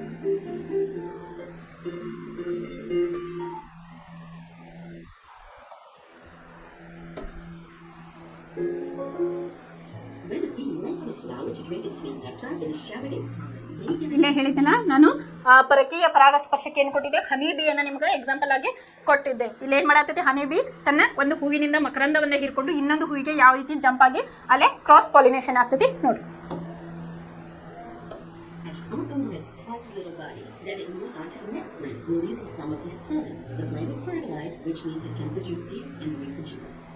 ಬೇರೆ ಹೂವಿಗೆ ಅದು ಜಂಪ್ ಆಯ್ತು. ಈ ರೀತಿಯಾಗಿ ಏನಾಗ್ತಿರ್ತೈತಿ, ಅಲ್ಲೇ ಸಂತಾನೋತ್ಪತ್ತಿ ಕ್ರಿಯೆ ಪರಾಗಸ್ಪರ್ಶ ಕ್ರಿಯೆ ಮೂಲಕ ಅಲ್ಲೇ ಆಗ್ತಾ ಇರ್ತೈತಿ ಅಂತ ಹೇಳಿ.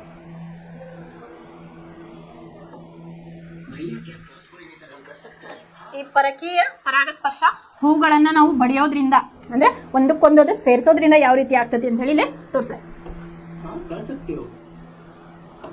बट कुछ चीजें ध्यान रखना पड़ेगा। वीडियो को लास्ट तक देखो। दो अलग वैरायटी का फ्लावर लो, उसके बाद एक का स्टिग्मा से दूसरे का एंथर ऐसे ही स्लाइटली अलग करते रहो एंड ऑल्टरनेटिव भी करो। That's good. और रिजल्ट भी दिखाएंगे। फाइनली एक हफ्ता बाद ऐसे ही सीड्स का खाने आया, इससे एक नया वैरायटी का प्लांट जनरेट कर सकते हो। सो नेक्स्ट वीडियो ಇಲ್ಲಿ ರೆಡ್ ಫ್ಲವರ್ ಮತ್ತು ವೈಟ್ ಫ್ಲವರ್ ಅನ್ನ ಕ್ರಾಸ್ ಪಾಲಿನೇಷನ್ ಮಾಡಿದಾಗ ನಮಗಲ್ಲಿ ಯಾವ ಒಂದು ಹೂ ಬಂತು, ಇಲ್ಲಿ ಬೇರೆ ಕಲರಿನ ಒಂದು ಹೂವಲ್ಲಿ ನಮಗೆ ಡೆವಲಪ್ ಆಯ್ತು. ಇದಕ್ಕೆ ನಾವೇನಂತೀವಿ ಕ್ರಾಸ್ ಪಾಲಿನೇಷನ್. ಇಲ್ಲಿ ರೆಡ್ ಮತ್ತು ವೈಟ್ ಅನ್ನ ತಗೊಂಡಿದ್ದಾರೆ. ಇಲ್ಲಿ ಪಾಲಿನೇಷನ್ ಆದ್ಮೇಲೆ, ಕ್ರಾಸ್ ಪಾಲಿನೇಷನ್ ಆದ್ಮೇಲೆ ನಮ್ಗೆ ಯಾವ್ದು ಬಂತು ಹೂವು, ಈ ಕಲರ್ನ ಆದಂತ ಒಂದು ಫ್ಲವರ್ ಇಲ್ಲೇ ಬಂತು. ಇದಕ್ಕೆ ಏನಂತಾರೆ ಪಾಲಿನೇಷನ್ ಅಂತ ಹೇಳಿ ಕರೀತಾರೆ.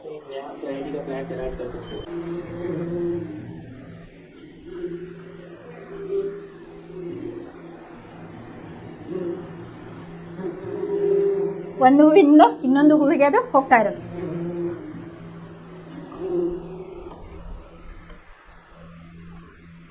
ಇದು ಪಾಲಿನೇಷನ್ ಯಾವ ರೀತಿ ಆಗ್ತೈತಿ ಅಂತ ಹೇಳಿ ಫ್ಲವರ್ ಅಲ್ಲಿ ಅದೇ ಹೇಳಿದ್ಮೇಲೆ ಪರಾಗಸ್ಪರ್ಶ ಅದೇ ಹೂವಿನೊಳಗೆ ಆತಂದ್ರೆ, ಈಗ ದಾಸವಾಳ ಹೂವು ಹೆಂಗಿರ್ತೈತಿ ರೆಡ್ ಕಲರ್ ಇರ್ತೈತಿ ಒಂದೊಂದು ಪ್ಲಾಂಟ್ ಒಳಗೆ. ಅದೇ ಏನಪ್ಪ ಅಂತಂದ್ರೆ ಅದೇ ಹೂವಿನೊಳಗೆ ಆತಂದ್ರೆ ಅದಕ್ಕೆ ಪರಾಗಸ್ಪರ್ಶ ಅಂದ್ರೆ ಕೇಸರ ಅಂಡಾಶಯಕ್ಕೆ ಹೋಗೋದು ಅಥವಾ ಅದು ಶಲಾಕಾಗ್ರಕ್ಕೆ ಸೇರ್ಕೊಳ್ಳೋದಕ್ಕೆ ಸಮ್ಮಿಲನ ಹೊಂದೋದಕ್ಕೆ ಅದಕ್ಕೆ ಪರಾಗಸ್ಪರ್ಶ. ಆಮೇಲೆ ಅದು ಬೇರೆದ್ರ ಜೊತೆಗೆ ಸಮ್ಮಿಲನ ಹೊಂದಿದ್ರೆ ಅದಕ್ಕೆ ಏನಂತಾರೆ ಪರಕೀಯ ಪರಾಗಸ್ಪರ್ಶ.